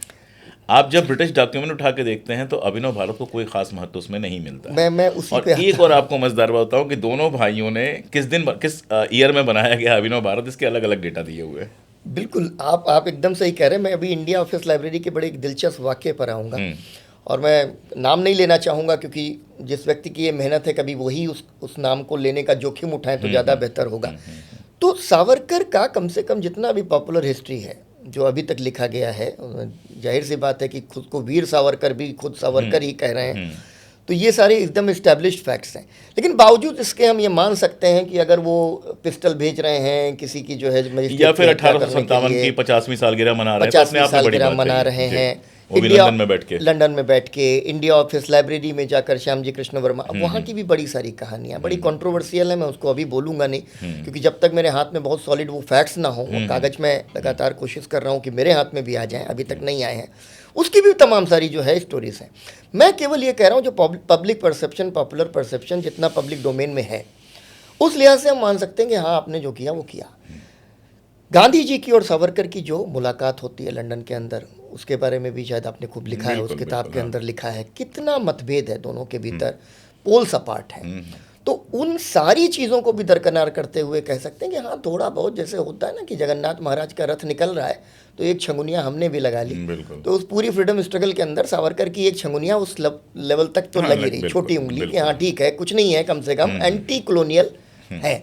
जैसे उनकी जो किताब है 1857 वाली, उसमें उन्होंने एक सीधी लाइन खींच दी है कि जो 1857 में अंग्रेजों के खिलाफ लड़ रहा था वो देशभक्त है, चाहे हिंदू है या मुसलमान, और जो अंग्रेजों का साथ दे रहा था चाहे वो हिंदू है या मुसलमान, वो गद्दार है। बिल्कुल, यही अपने आप में मुझे मतलब तक काफ़ी है उनकी उतनी इज्जत करने के लिए, उतनी इज्जत करने के लिए। लेकिन देखिए होता क्या है कि मैं अपनी पूरी ज़िंदगी मैं गांधी के नाम पर, फ्रीडम स्ट्रगल के नाम पर बिताऊँ, अचानक से आपको पता चले कि सौरभ वाजपेयी तो अभी फ़िलहाल कॉम्प्रोमाइज़ हो गए हैं और चले गए हैं और फलाने जी की तरह से वहाँ पे उनको बढ़िया 1.5-2 लाख की जो है नौकरी वोकरी मिल गई है। अब उनके ट्वीट्स, उनके फेसबुक पोस्ट और उनके जो है इंटरव्यूज़ वगैरह निकल रहे हैं, सब आरएसएस के पक्ष के निकल रहे हैं। बिल्कुल। आप मेरा ऐतिहासिक मूल्यांकन मेरे पहले के हिस्से के हिसाब से करेंगे या बाद के हिस्से के हिसाब से करेंगे? तो जाहिर सी बात है ट्रेन कहाँ से चली और कहाँ पहुँची ये भी तो इम्पोर्टेंट है। कहाँ पहुँची वो इम्पोर्टेंट है। सावरकर कहाँ गए कि कैसे काला पानी के बाद वो आदमी हिंदुत्व का आइडियोलॉग बनता है, अंग्रेज़ों का पेंशन खोर बन जाता है, पेंशन याफ्ता बन जाता है, माफ़ीनामे वगैरह तो चलिए एक चीज़ है, क्योंकि मैं बार बार वो भी राइट विंग के हिस्टोरियन लेके माफ़ीनामा उनका सामने आए थे। बिल्कुल बिल्कुल जाहिर सी बात है। सो सावरकर का कोई भी पॉजिटिव कंट्रीब्यूशन नहीं। भाई टू नेशन थियरी, बाद में जिन्ना उनसे पिछड़ ही गए इस मामले के भीतर, उन्होंने तो भागलपुर में पहली टू नेशन थियरी पर बात कर दी। टू नेशन थियरी की आप बात कर रहे हो, नहीं मतलब सुभाष की बात आपने शुरुआत में की, आईएनए बन रही है और आप हिंदू मिलिटराइजेशन बोर्ड बना रहे हो कि अंग्रेजों की सेना में ज़्यादा से ज़्यादा हिंदू भर्ती हो जाने चाहिए, मुसलमान कम होने चाहिए। और कहाँ लड़ने के लिए वो सेना बन रही है? सुभाष बाबू से, आईएनए से। वो वहाँ पर आईएनए से लड़ रही, भाई बर्मा हो जाएगी वो सेना लड़ने के लिए, तो आईएनए से लड़ने के लिए जा रही है। तो मैं ये मानता हूँ कि जो उनका दूसरा पक्ष है वो बड़ा स्याह है। मैं जिन्ना के लिए बिल्कुल सिंपैथेटिक नहीं हूँ कि 1936 में सरोजिनी नायडू ने कहा था ये तो brand ambassador of Hindu Muslim unity है। मैं 36 में सरोजिनी नायडू का जो उनके बारे में वक्तव्य है, सिंधिया जी के भी बयान है, हमारे ज्योतिरादित्य सिंधिया जी के हिंदू मुस्लिम एकता पर शानदार बयान है, तो क्या करें? जाहिर सी बात है, तो वो बयान है, मतलब उनके पास तो अभी भी ये मौका है कि वो वापस आ जाए लेकिन बाकी इन्होंने तो वो मौका जो है गंवा दिया। फिर गांधी का असैसिनेशन, गोपाल गोडसे का इंटरव्यू, कैसे 1993 में अडवाणी ने यही तो लिख दिया था कि भाई आरएसएस का इससे कोई लेना देना नहीं। उसी के रिबटल में तो गोपाल गोडसे कितना सब इंटरव्यूज देते घूम रहे हैं और कह रहे हैं कि हम तो एकदम, हमारे लिए तो आरएसएस बाहर ही नहीं गए, हम कभी बाहर ही नहीं गए, आरएसएस हमारे लिए परिवार है, आप कैसे पल्ला झाड़ सकते हो? उसमें कपूर कमीशन की जो रिपोर्ट है, उस कपूर कमीशन की रिपोर्ट में अगर सावरकर उसके बाद जिंदा रह जाते तो हो सकता है कि इतिहास उनके साथ कुछ अलग ही तरह से न्याय करता। तो मैं हमेशा मानता हूं कि आपको ये बेसिक डिवीजन करके देखना पड़ता है। कपूर कमीशन के बारे में मैं बता दूं, जिन पाठकों ने नहीं पढ़ा है, मैंने तो अपने यहाँ लिखा ही है। कपूर कमीशन में जो लिखा है, एग्जैक्ट वर्ड्स उसके ये है कि सावरकर और उनके गिरोह के अलावा, गिरोह वर्ड है, गैंग यूज़ किया हुआ है, उनके अलावा कोई और गांधी हत्या का अपराधी हो ही नहीं सकता, कोई और प्लान ही नहीं कर सकता। इतना ज़्यादा श्योर था कपूर कमीशन। इवन पटेल के जो कॉरेस्पॉन्डेंस हैं, मुखर्जी से हैं, गोलवलकर के साथ में हैं, तो आपको बहुत एकदम सिंपल एक्सप्रेशन वो दिखाई देता है कि पटेल आरएसएस को उसका दोषी मान रहे हैं। बिल्कुल। और ये तो राइट विंग का अभी नया नया प्रोपेगेंडा है कि नहीं, पटेल तो जो है नहीं मान रहे थे आरएसएस को, जो है कि वो हमने कोई भूमिका निभाई गांधी के। अच्छा, आप तो इतिहासकार हैं ही, बिल्कुल पक्के वाले, पढ़ाई की है इतिहास की।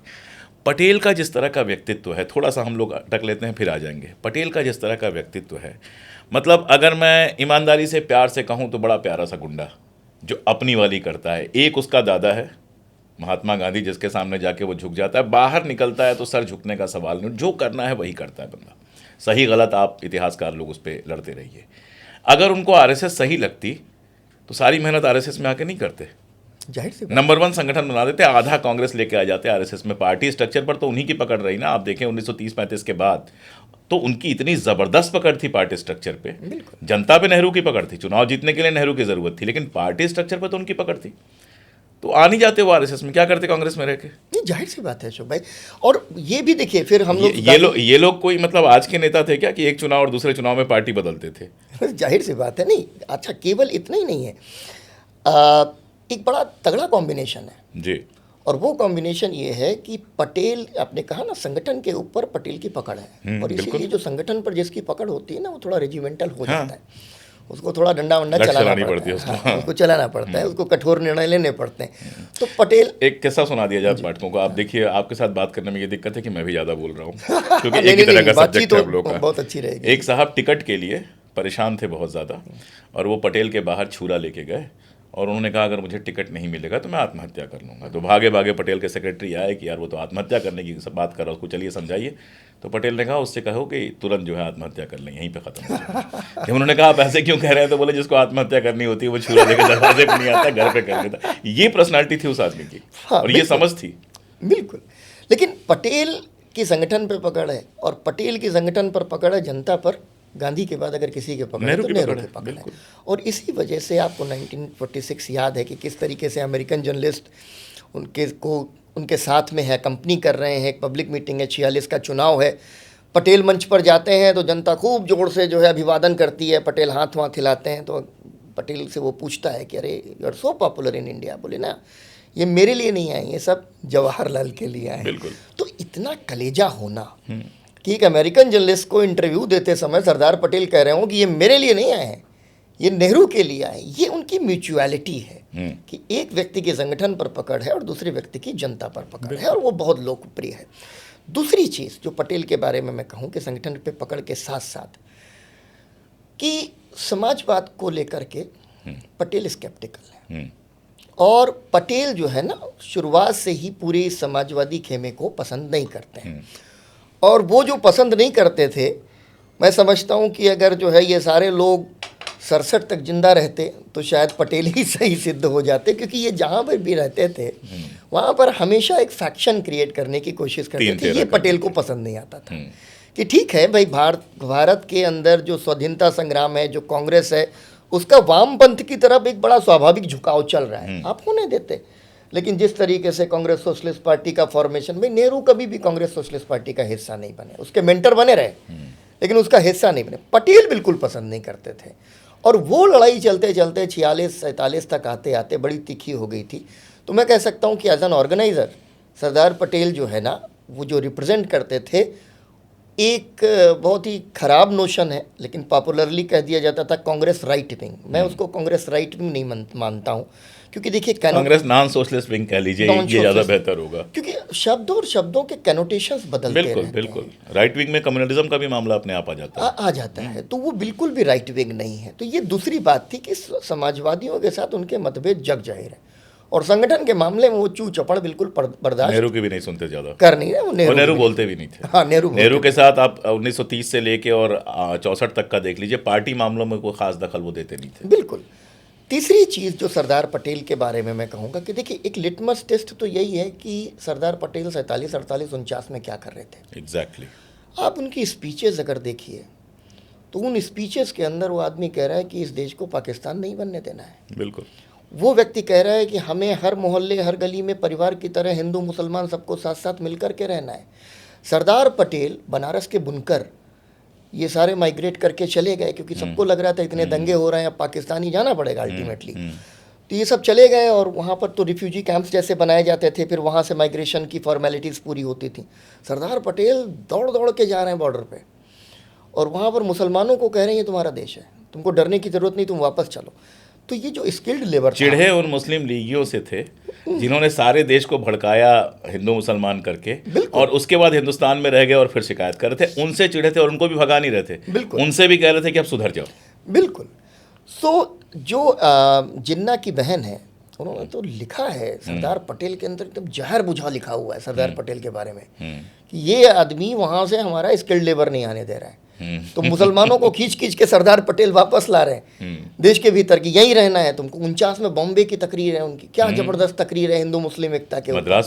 मद्रास वाली आरएसएस के इस पागलपन को हम अलाउ नहीं कर सकते। सो मेरे कहने का मतलब है सरदार पटेल हैं जो आरएसएस पे डंडा चला रहे हैं, आरएसएस पे बैन लगा रहे हैं, 22,000 स्वयंसेवक पकड़ लिए, यार सरदार पटेल कर रहे हैं। सरदार पटेल का जो है ना गट है।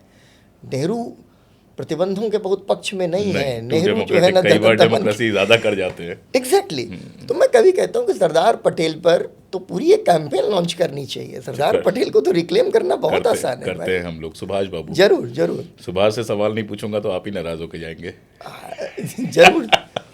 मतलब अगर किसी ने नेहरू को भाई कहा है, बड़ा भाई कहा है, ऐसे तो बहुत सारे लोग होंगे, लेकिन ये जो टॉप लीडरशिप होती है इसमें अगर किसी ने लगातार नेहरू को बड़ा भाई कहा है तो मुझे नहीं लगता सुभाष के अलावा कोई और हो सकता है।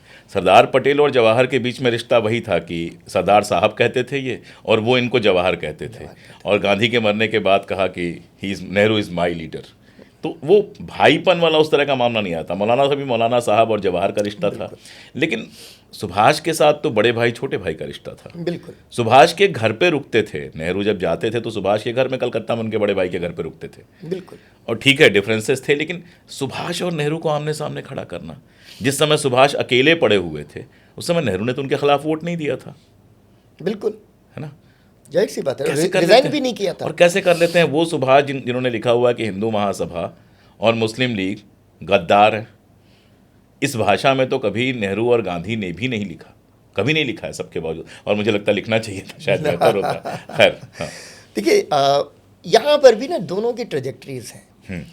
ICS में 4th रैंक लेकर के आते हैं और आते हैं मणि भवन में, गांधी जी उस वक्त बम्बई में रुके हुए हैं, और CR दास अपनी चिट्ठी में सुभाष बाबू को कहते हैं कि तुम जाओ सबसे पहले और तुमको आकर के यहाँ गांधी जी से मिलना है। अब CR दास और उन गांधी जी के भी डिफरेंसेस को भी खूब उठाया जाता है। CR दास कह रहे हैं कि तुम आओ सबसे पहले गांधी जी से मिलो।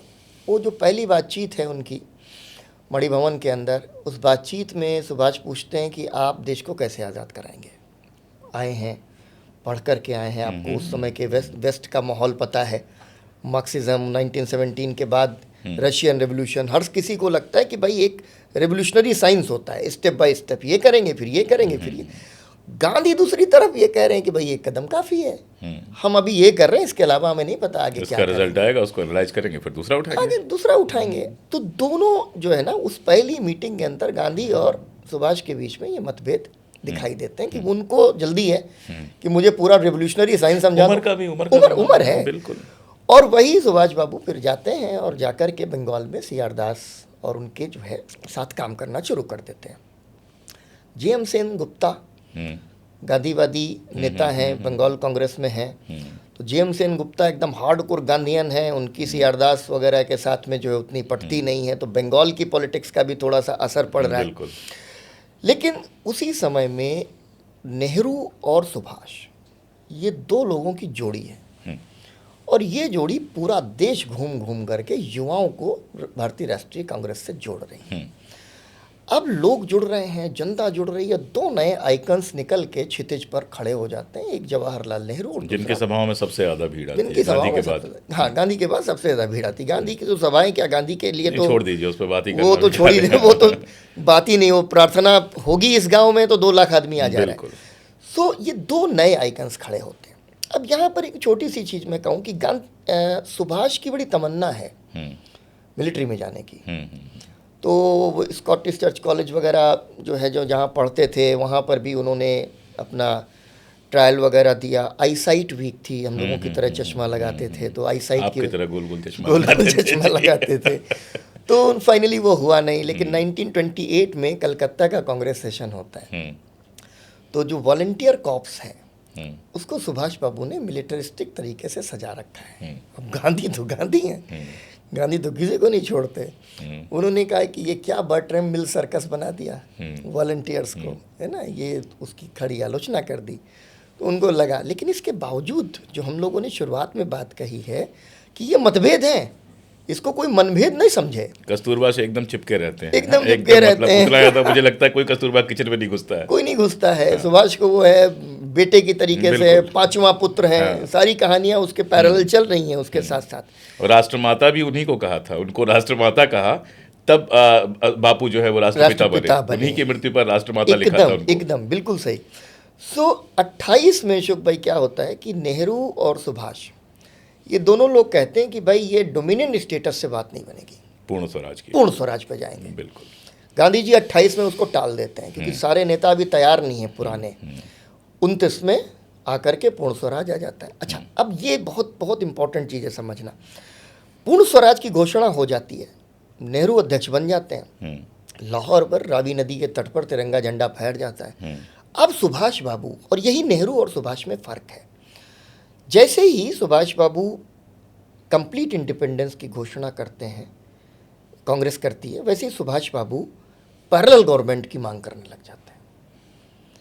तो एक अधीरता उनकी जो है पॉलिटिकल डिसीजन मेकिंग में रहती है, और शायद ये चीज़ आगे चलकर धीरे धीरे बढ़ती चली जाती है। फिर भी इसके बावजूद चीज़ें सब चल रही हैं, और ये दोनों फिर आपको पता है कि हरिपुरा में तो गांधी जी की सहमति से फिर अध्यक्ष नेहरू के बाद सुभाष अध्यक्ष बन जाते हैं। जब नेहरू के बाद सुभाष अध्यक्ष बनते हैं तो ये लगभग तय है कि अगली पीढ़ी गांधी जी अब आगे लाना चाहते हैं राजनीति के भीतर, कि अब नेतृत्व इन लोगों को देना चाहिए। बिल्कुल। तो यहाँ इस समय तक दोनों बराबर हैं, लेकिन वहाँ पर सुभाष बाबू को लगता है, और सेकेंड वर्ल्ड वॉर के बादल आ गए, ये सब हो गया, चेकोस्लोवाकिया में कुछ कुछ घटनाएं हो रही हैं, उसकी वजह से मुंबई चले गए मिलने के लिए जर्मनी के राजदूत से, दुश्मन का दुश्मन दोस्त, और सारी कहानी जी।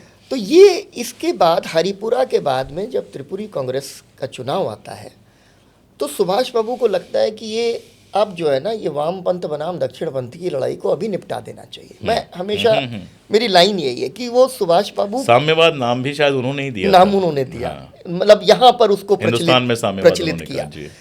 सो वहाँ पर सुभाष बाबू जो है ये मान लेते हैं कि अब दक्षिणपंथ बनाम वामपंथ की लड़ाई को अंतिम रूप देने का समय आ गया। तो वो क्या करते हैं कि जो नेता हैं गांधी के करीबी हैं, पटेल के करीबी हैं, बाबू राजेंद्र प्रसाद, और इन पर सब पर आरोप लगाते हैं कि ये गुपचुप जो है सरकार के साथ में बातचीत कर रहे हैं। 1935 के एक्ट में एक सेंट्रल गवर्नमेंट भी बननी थी, फेडरेशन की गवर्नमेंट बननी थी।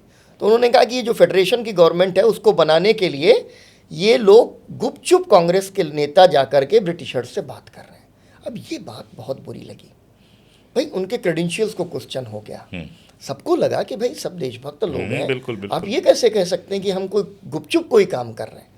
तो पहला ये एस्पर्शन का जो मुद्दा, निंदा का मुद्दा था, ये बड़ा मुद्दा बन गया। दूसरी चीज़ हुई कि सुभाष बाबू को ये लगा कि जो कार्य समिति है 15 सदस्यीय जो गांधी जी ने कार्य समिति बनाई हुई है, ये जो अध्यक्ष बने वो अपने हिसाब से कार्य समिति बना ले। अभी तक कार्य समिति जो है ना वो गांधी जी के हिसाब से बनती है। वो डिक्टेटर वर्ड को बहुत लिटरली ले लिया, उस समय कांग्रेस अध्यक्ष को डिक्टेटर कहते थे, बहुत लिटरली ले लिया उन्होंने। तो ये दूसरा मुद्दा बन गया, और इस मुद्दे की वजह से बहुत डिटेल्स में नहीं जाऊंगा उसके कि कैसे क्या क्या हुआ त्रिपुरी के बाद, कलकत्ता पंथ रेजोल्यूशन। कभी सुभाष कम्युनल रहे? नेवर, पूरी लाइफ में। अगर सुभाष कम्युनल रहे तो आप आईएनए के कॉम्पोजिशन को देख लीजिए। मैं आईएनए के बारे में 2-3 चीज़ें ज़रूर कह दूं कि जिस वक्त भारत छोड़ो आंदोलन चला उस वक्त तब तक जो है तो नेताजी पहुंचे नहीं हैं वहाँ लीड करने के लिए आईएनए को। आईएनए के सैनिक कैप्टन मोहन सिंह, सारे लोग भारत में भारत छोड़ो आंदोलन गांधी जी ने छेड़ दिया, इसके लिए सेलिब्रेशन करते हैं। सेलिब्रेशन होता है इंडियन नेशनल आर्मी के भीतर। फिर जब नेताजी आते हैं तो नेताजी उसकी कमांड ले लेते हैं। जाहिर सी बात है, ये सब पब्लिक डोमेन में है, आप भी खूब बोलते रहते हैं। नेहरू ब्रिगेड, गांधी ब्रिगेड, आज़ाद ब्रिगेड, ठीक है, सबने ज़बरदस्ती कहा कि अपने भी नाम पर एक रखो, तो फिर सुभाष ब्रिगेड, ठीक है ना, गुरिल्ला दस्ते वगैरह भी कई सारे बनाए, आज़ाद ब्रिगेड मौलाना आज़ाद के नाम पर। इसके अलावा पूरा कॉम्पोजिशन आप देख लीजिए, तमिल हैं उसके भीतर, कुछ मलयाली हैं, नॉर्थ इंडियंस हैं, हिंदू हैं, मुसलमान हैं, सिख हैं, सबको मिला जुला करके। मैंने रायपुर में जो है कांग्रेस भवन में एक स्पीच थी, पता नहीं मेरे मुंह से निकल गया, मैंने कहा कि देखो, इत्तेमाद, इत्तेफाक, कुर्बानी, ठीक है ना, और आरजी हुकूमत। अगर आज नेताजी आकर के ये घोषणा कर दें कि हिंदुस्तान में आरजी हुकूमत होगी और इत्तेमाद, इत्तेफाक और कुर्बानी हमारा नारा है, तो जीटीवी वाले कहेंगे कि अरे हिजबुल मुजाहिदीन आ गया। कम्युनलिज्म, मतलब क्या ही बात कर रहे हैं आप। उनका नारा देख लीजिए ना, वो भी उर्दू में आ रहा है प्योर। इसके अलावा और ये बड़ी इंपॉर्टेंट चीज़ है कि आईएनए का झंडा है उसके और ऊपर उनकी चरखा है। पत्नी क्रिश्चियन थी, उनकी पत्नी क्रिश्चियन, भाई क्रिश्चियन जिनसे है, बेइंतहा प्यार ऑस्ट्रियन है, करते थे। बिल्कुल बिल्कुल, एमिली श्रिंकल। सो अभी की अगर कोई ऐसी वैलिड टेस्टिमनी है ना तो अनीता फाफ बोस, हाँ भाई बिल्कुल। उनको सुन ले कोई, उनकी बेटी बोल रही है यार, तुम उनको क्या बुलाना बंद कर दिया 2-4 इंटरव्यूज के बाद, अब उनको कोई नहीं बुलाता। उनको बुलाना बंद कर दिया। तो Subhash was never communal in his political career. एक बार सुभाष बाबू ने कम्युनलिज्म के साथ कॉम्प्रोमाइज़ नहीं किया। उनका क्रिटिक ये हो सकता है कि उन्होंने जर्मनी के साथ हाथ मिलाया, उन्होंने जापान के साथ हाथ मिलाया, सांप्रदायिकता से उन्होंने कभी हाथ नहीं मिलाया। मुखर्जी जी को तो काफ़ी प्रेम करते थे, आपको मालूम ही है कि कैसे दौड़ाया गया था श्यामा प्रसाद मुखर्जी को। अच्छा, शुरुआत आपने यहाँ से की थी कि हमारे आइकन्स को छीन लिया गया, तो एक बार मान लें कि कांग्रेस के भी आइकन थे, क्योंकि हालांकि हम सब जानते हैं कि ये सारे लोग कांग्रेस में थे ज़रूर, लेकिन केवल कांग्रेस के नहीं थे, पूरे देश के थे, देश की आज़ादी के लिए लड़ रहे थे, लेकिन थे कांग्रेसी, सब कांग्रेसी थे। कांग्रेस ने अपने आइकन्स को कितना छोड़ दिया सर, और कितना बचाया? देखिए मैं आपको एग्जाम्पल देता हूँ। मौलाना आज़ाद पर एक साहब जो कांग्रेस में अच्छे पद पर आए, तो उन्होंने कहा क्या किया जाए, कैसे किया जाए, तो मैंने उनसे कहा कि ज़रा पता कीजिए कि आखिरी बार मौलाना आज़ाद पर आप लोगों ने प्रोग्राम कब किया था। पता चला कभी नहीं किया था। तो मौलाना आज़ाद पर जवाहर भवन में बड़ा प्रोग्राम हुआ, इमरान प्रतापगढ़ी उस समय बने थे। और ऐसे ही अभी मैं गया हुआ था यूपी, तो वहाँ बात हो रही थी, तो वहाँ भी मैंने यही कहा कि याद कीजिए कि जगजीवन बाबू को आपने कब याद किया है, वो तो आपके अपने थे, आप बाकी सबको याद कीजिए, लेकिन जगजीवन राम तो दलित आइकन थे आपके और बड़े नेता थे वो, उनको कब याद किया है, उनको भूल गए। ऐसे 100 नाम आप गिना देंगे, 30-40 तो मैं भी गिना दूंगा। बिल्कुल। तो ये इस दोष पर भी उंगली क्यों नहीं रखी जानी चाहिए? ये देखिए अशोक भाई, मैं इसको ऐसे समझ पाता हूँ कि मेरे बाप दादाओं ने 200-400 बीघा ज़मीन बना दी है ना, एक हवेली जैसा एकदम, आजकल को जो विला जो कहते हैं ना, वो घर बना दिया। अगली 3 जनरेशन तक की हमारी जो है ना संपत्ति हमारे हाथ में है, बिजनेस बढ़िया चल रहा है। तो कई बार आप कॉम्प्लिसेंट हो जाते हैं, और उस कॉम्प्लिसेंसी में मतलब हमने ये नहीं किया कि हम कहें कि कांग्रेस ने अपने आइकन्स को भुला दिया या कांग्रेस ने आइकन्स को छोड़ दिया। ज़रूरत क्या थी? आप लगातार पावर में हैं, पावर की अपनी रिस्पॉन्सिबिलिटीज़ हैं, उसमें आप उलझे हुए हैं, आपको आइडियोलॉजी की तो चिंता हुई नहीं बहुत समय तक। तो एक तो ये कॉम्प्लिसेंसी आ गई। दूसरा जो चैलेंज है कि अकेले नेहरू क्या क्या करते हैं, जो मैंने अभी भी कहा। अकेले नेहरू क्या करते? देखिए, गांधी जी के असैसिनेशन के बाद बहुत अच्छा जिक्र आपने छेड़ दिया, मैं बहुत इमोशनल हो जाता हूँ इस पॉइंट पर। गांधी का असैसिनेशन हो गया, उसके पहले गांधी जी वर्धा में एक मीटिंग बुलाते हैं। उस मीटिंग में जो चर्चा है उसका सार ये है कि विनोबा कहते हैं कि मैं बंधु भावना का कायल हूँ, मैं बंध भावना का कायल नहीं हूँ, मैं संगठनबद्ध नहीं करूँगा।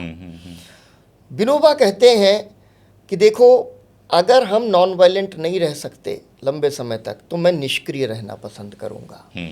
गांधी कहते थे हिंसा कायरता में एक चुनना हो तो मैं हिंसा को चुन लूँगा, लेकिन यहाँ विनोबा का यह आग्रह है कि ना बंधु भावना चाहिए, बंध भावना नहीं चाहिए। और दूसरी चीज़ ये कि फिर निष्क्रियता की ओर चले जाना है। वैसे भी विनोबा जो है हिमालय पर ही तपस्या करना चाह रहे थे, तो गांधी जी उनको वापस ले आए थे। उस डिबेट का, उस पूरी बहस का, बातचीत का जो निचोड़ है कि भाई गांधी जी के असैसिनेशन के बाद पॉलिटिकल गांधी चला गया नेहरू के पास, और जो सोशल गांधी था वो चला गया विनोबा के पास। विनोबा ने जिन भी सीमाओं से सही, कम से कम उच्च विचार की सेवा की। पूरे देश के अंदर सर्व सेवा संघ का नेटवर्क है, भूदान जैसा एक बड़ा गौरवशाली आंदोलन है, पब्लिकेशन बहुत अच्छा है। 80,000 किलोमीटर लगभग धरती की 2 बार परिक्रमा करने भर का विनोबा देश को नाप लेते हैं। विनोबा से एक बार कोई कहता है कि आपके दिल में, आप पर आरोप लगाया जाता है कि आपके दिल में नेहरू को लेकर सॉफ्ट कॉर्नर है, तो वो कहते हैं नहीं, मेरा तो पूरा दिल नेहरू के लिए सॉफ्ट है। तुमको किसने कह दिया कि सॉफ्ट कॉर्नर है? एक कॉर्नर है। इंदिरा जी मिलने जाती हैं पवनार में, तो कहते हैं पहले मैं अपने बड़े भाई की बेटी से मिलूंगा, बाद में प्रधानमंत्री से मिलूंगा। तो पूरा एकदम नेहरू और कांग्रेस को लेकर विनोबा का समर्पण है।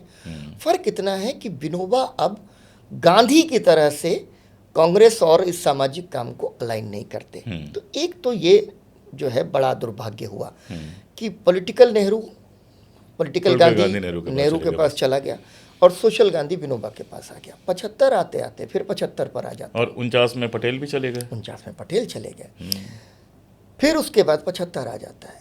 जिस तरह से सर्व सेवा संघ का विभाजन होता है, जेपी के नेतृत्व में ज़्यादातर लोग एंटी इमरजेंसी मूवमेंट में चले जाते हैं, विनोबा लगभग अकेले रह जाते हैं। तो एक जो सोशल गांधी था वो गायब हो गया, जो विचार पे काम करता था, सेवा पे काम करता था, रचनात्मक काम करता था, लोगों से तमाम तरह से जुड़ाव करता था। तो एक और जो प्रधानमंत्री को सीधा फोन लगा सकता, जो प्रधानमंत्री को सीधा डांट फोन सकता लगा था जी। बिल्कुल। दूसरा था कांग्रेस का सेवा दल, हिंदुस्तानी सेवा दल, हार्डिकर साहब का वो आइडिया गांधी के साथ डिस्कस किया, गांधी उनको ले आते हैं, तो कांग्रेस के पास सेवा दल था। मुझे याद है कि सुब्बाराव जी बहुत वरिष्ठ गांधीयन जो है हुआ करते थे, हार्डिकर साहब के करीबी थे। तो 69 में जब कांग्रेस का विभाजन हुआ, कांग्रेस आई, कांग्रेस ओ, तो उन लोगों ने कहा कि सर इसका सेवा दल का विभाजन ना करिए, लेकिन ऐसा नहीं हुआ, फिर सेवा दल का भी विभाजन हो गया।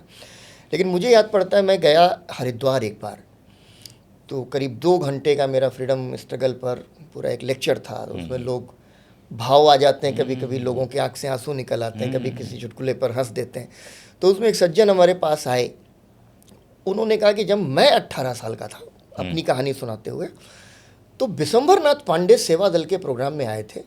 पंडाल में 1000 लोग बैठे होंगे, और सौरभ जी मुझे वो याद आ गई, उस दिन पंडाल में कोई नहीं था जिसकी आंख में आंसू ना हो, और आज के दिन में फिर से जो है मैं देख रहा हूँ कि सबकी आंख में आज मेरा इलाहाबाद का अनुभव है, संगम पर एक बड़ा प्रोग्राम इन लोगों ने किया था, और वैसे श्रोता मिलने भी बड़े मुश्किल काम होते हैं, उनकी अलग तरह की एक वैचारिक इमोशनल दोनों कनेक्ट उनका होता है जी। तो मेरे कहने का मतलब, एक विनोबा का नेटवर्क चला गया, दूसरा सेवा दल बिल्कुल डिफंक्ट बॉडी हो गई। तो विचारधारा पर काम ना करने की जरूरत के साथ, जो डार्विन का जो सिद्धांत है ना, योग्यतम की उत्तरजीविता की, हम कान पहले हिलाते थे अब नहीं हिला सकते क्योंकि कान हिलाने की जरूरत नहीं, हाथ है। तो आइडियोलॉजी की जरूरत हमें लंबे समय तक थी नहीं। जब ये संकट आया है तो कांग्रेस एक बार फिर से विचारधारा के प्रति गंभीर हुई है, और हम सब ये भी देख सकते हैं कि पिछले 10 साल 12 साल के भीतर प्रशिक्षण पर बेहद जोर दिया जाने लगा है, शिविर होने लगे हैं कांग्रेस की तरफ से, और तमाम सारे नायकों के लिए आयोजन होने लगते हैं। तो मुझे लगता है शायद ज़रूरत नहीं थी, और अब ज़रूरत को फिर से समझ के, वो गलती है, निश्चित है कि उस कमी की ओर इंगित किया जाना चाहिए, लेकिन जो जल गया वो तो जल ही गया, जो बच सके वही जरूरत बचा। थी उसको महसूस नहीं किया गया, महसूस नहीं किया सत्ता थी इसलिए काम चल रहा था, और करता कौन। मतलब मैं ये भी जरूर कहता हूँ कि 75 के मूवमेंट ने केवल एक तरह से नुकसान नहीं किया, बहुत तरीके से नुकसान कर दिया हमारे देश का। तो हकीकत ये है सौरभ भाई कि अभी मैं 3-3.5 घंटे आपसे बात कर सकता हूँ। एक तरह के लोगों के बात करने की दिक्कत यही होती है कि बात कभी ख़त्म नहीं होगी। एक आखिरी सवाल बस आपसे पूछ के मैं बात ख़त्म कर रहा हूँ, और इसका मैं बहुत लंबा जवाब नहीं चाहता हूँ। 10 ईयर्स डाउन द लाइन आप क्या देख रहे हैं, अगले 10 साल तक आप क्या देख रहे हैं? और मेरा इसमें इंटरेस्ट नहीं है कि कांग्रेस की कहाँ सरकार बनेगी, कहाँ गिरेगी, मैं पूरे भारतीय समाज जो आप ग्लोबल पर्सपेक्टिव में जिस तरह से देख रहे हैं उसमें कैसे आप देख रहे हैं? देखिए, मुझे एक बात याद आती है, आज अगर ये सरकार गिर जाए तो भी मैं जो रविंद्रनाथ टैगोर अंग्रेजों के जाने के बाद कह गए थे, मैं तो वहीं पे कायम हूँ कि ना जाने कितना गाद कचरा ये छोड़ के जाएंगे, जिसकी सफाई में हो सकता है एक पूरी जनरेशन चल जाए और कई सारी पीढ़ियाँ उसमें खप जाए।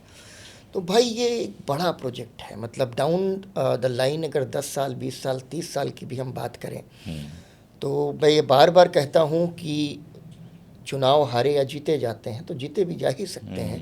तो हो सकता है 29 में सरकार बदल जाए, कई सारे स्टेट्स में उसके पहले कांग्रेस की सरकार बन जाए, लेकिन ये जो डीकम्युनलाइजेशन है इस देश का, जो जहर भरा गया है, जो जहर भरा हुआ है, इस जहर को निकालने में हमारी आपकी जैसी जो है ना 2-4 पीढ़ियाँ तो अभी खपने वाली हैं। तो मुझे 10 साल जो है बहुत कम लगता है, मुझे लगता है कि इसमें बहुत लंबा समय लगने वाला है। दूसरी एक आखिरी चीज़, चूँकि इसका बहुत लंबा जवाब आपने मांगा नहीं, मुझे अब इस राष्ट्र के भीतर एक नैतिक ऊर्जा की कमी दिखाई देती है। तो मैं समझता हूँ कि पॉलिटिकल मूवमेंट तो ठीक है, आइडियोलॉजिकल मूवमेंट तो ठीक है, लेकिन इस देश का मॉरल कंपास जो है ना बहुत नीचे चला गया है। इस देश को किसी नैतिक ऊर्जा की तलाश है जो उसके कॉन्फिडेंस को वापस जिंदा करे। इन लोगों ने तो जिस तरीके से 11 साल के अंदर 12 साल के अंदर अभी माहौल किया है देश का, मैं समझता हूँ कि बहुत कुछ करना पड़ेगा। और उसमें जाने कितने सौरभ वाजपेयी, जाने कितने अशोक कुमार पांडे और जाने कितने राहुल गांधी खप जाएंगे। ये काम तो इन्होंने दे दिया, कम से कम इस देश को इन्होंने 30 साल 40 साल पीछे धकेल दिया है। तो 30-40 साल हालांकि मेरा मानना है, जितना मैंने इतिहास समझा है इस तरह के संगठनों को लेकर, मेरा मानना है कि सत्ता का जब अमृत मिलना बंद हो जाता है तो बहुत तेज़ी के साथ इनका पतन भी होता है। जरूर। और जनता अफसोस भी बहुत ज़्यादा करती है, जनता अफसोस भी कई बार बहुत ज़्यादा बल्कि जनता अफसोस करने लगी है। देखिए, जनता जो है ना, masses are always organised Ashok भाई। मैं ये जो बात कह रहा हूँ कि 30 साल तक काम करना पड़ेगा या कई जनरेशन्स काम करना पड़ेगा, उसकी वजह यह है कि जनता जनता है। जनता तमाम तरीके के संवेगों से चलती है। वही जनता है जो नोटबंदी के समय त्राही त्राही कर रही थी, और वही जनता थोड़े दिनों के बाद हिंदुत्व के संवेग पर भावनात्मक हो जाएगी। बिल्कुल। वही जनता है जो आज पेट्रोल डीजल के दाम बढ़ने पर हो सकता है कि मोदी जी को भला बुरा कह रही हो, हाँ। सिलेंडर के दाम बढ़ने पर कल अब्दुल की चूड़ी टाइट करने के लिए वोट, कल अब्दुल की चूड़ी टाइट करने पर लग जाए। तो ये लंबे काम है, ऑर्गेनाइज्ड करना होगा, और उसके बाद ही समझ सकते हैं कि मास कॉन्शियसनेस बदलेगी या नहीं बदलेगी। मुझे लगता है कि इतनी जल्दी हमें जजमेंटल नहीं होना। वो बात आपकी बिल्कुल सही है। मैं आपको, चूँकि दिल्ली यूनिवर्सिटी में प्रोफेसर रहा, तो डूटा का जो खेमा कांग्रेस का नौकरी दिलवाता था, भीड़ वहाँ थी। वही 1 जनवरी को सबसे ज़्यादा भीड़ वहाँ होती थी। बिल्कुल। फिर कोई दूसरा आया, उसका वाइस चांसलर के साथ बढ़िया सेटिंग था, वो खेमा छोड़ के उधर चला गया। 14 के बाद वही खेमा चला गया। उतनी तो बिल्कुल सच्चाई है जो आपने कहा। बहुत सारे लोग वापस नए नए ठिकाने ढूंढने लगेंगे। बिल्कुल। तो आप भी समझ रहे होंगे कि ये बात ख़त्म नहीं हुई है, इसलिए सौरभ को हम फिर बुलाने की कोशिश करेंगे। कुछ दिनों बाद फिर हम कोशिश करेंगे कि बैठें, और जहां छूटी है बातचीत वहीं से हम फिर से शुरू करेंगे। और ये सिलसिला हम लगातार जारी रखना चाहते हैं, अलग अलग क्षेत्र के एक्सपर्ट्स को बुलाकर देश को समझना, समाज को समझना और आगे के लिए रास्ते की तलाश करना। हमारी ये कोशिश कैसी लगी आप हमें ज़रूर बताइएगा। लेकिन आज के लिए इतना ही। बहुत शुक्रिया।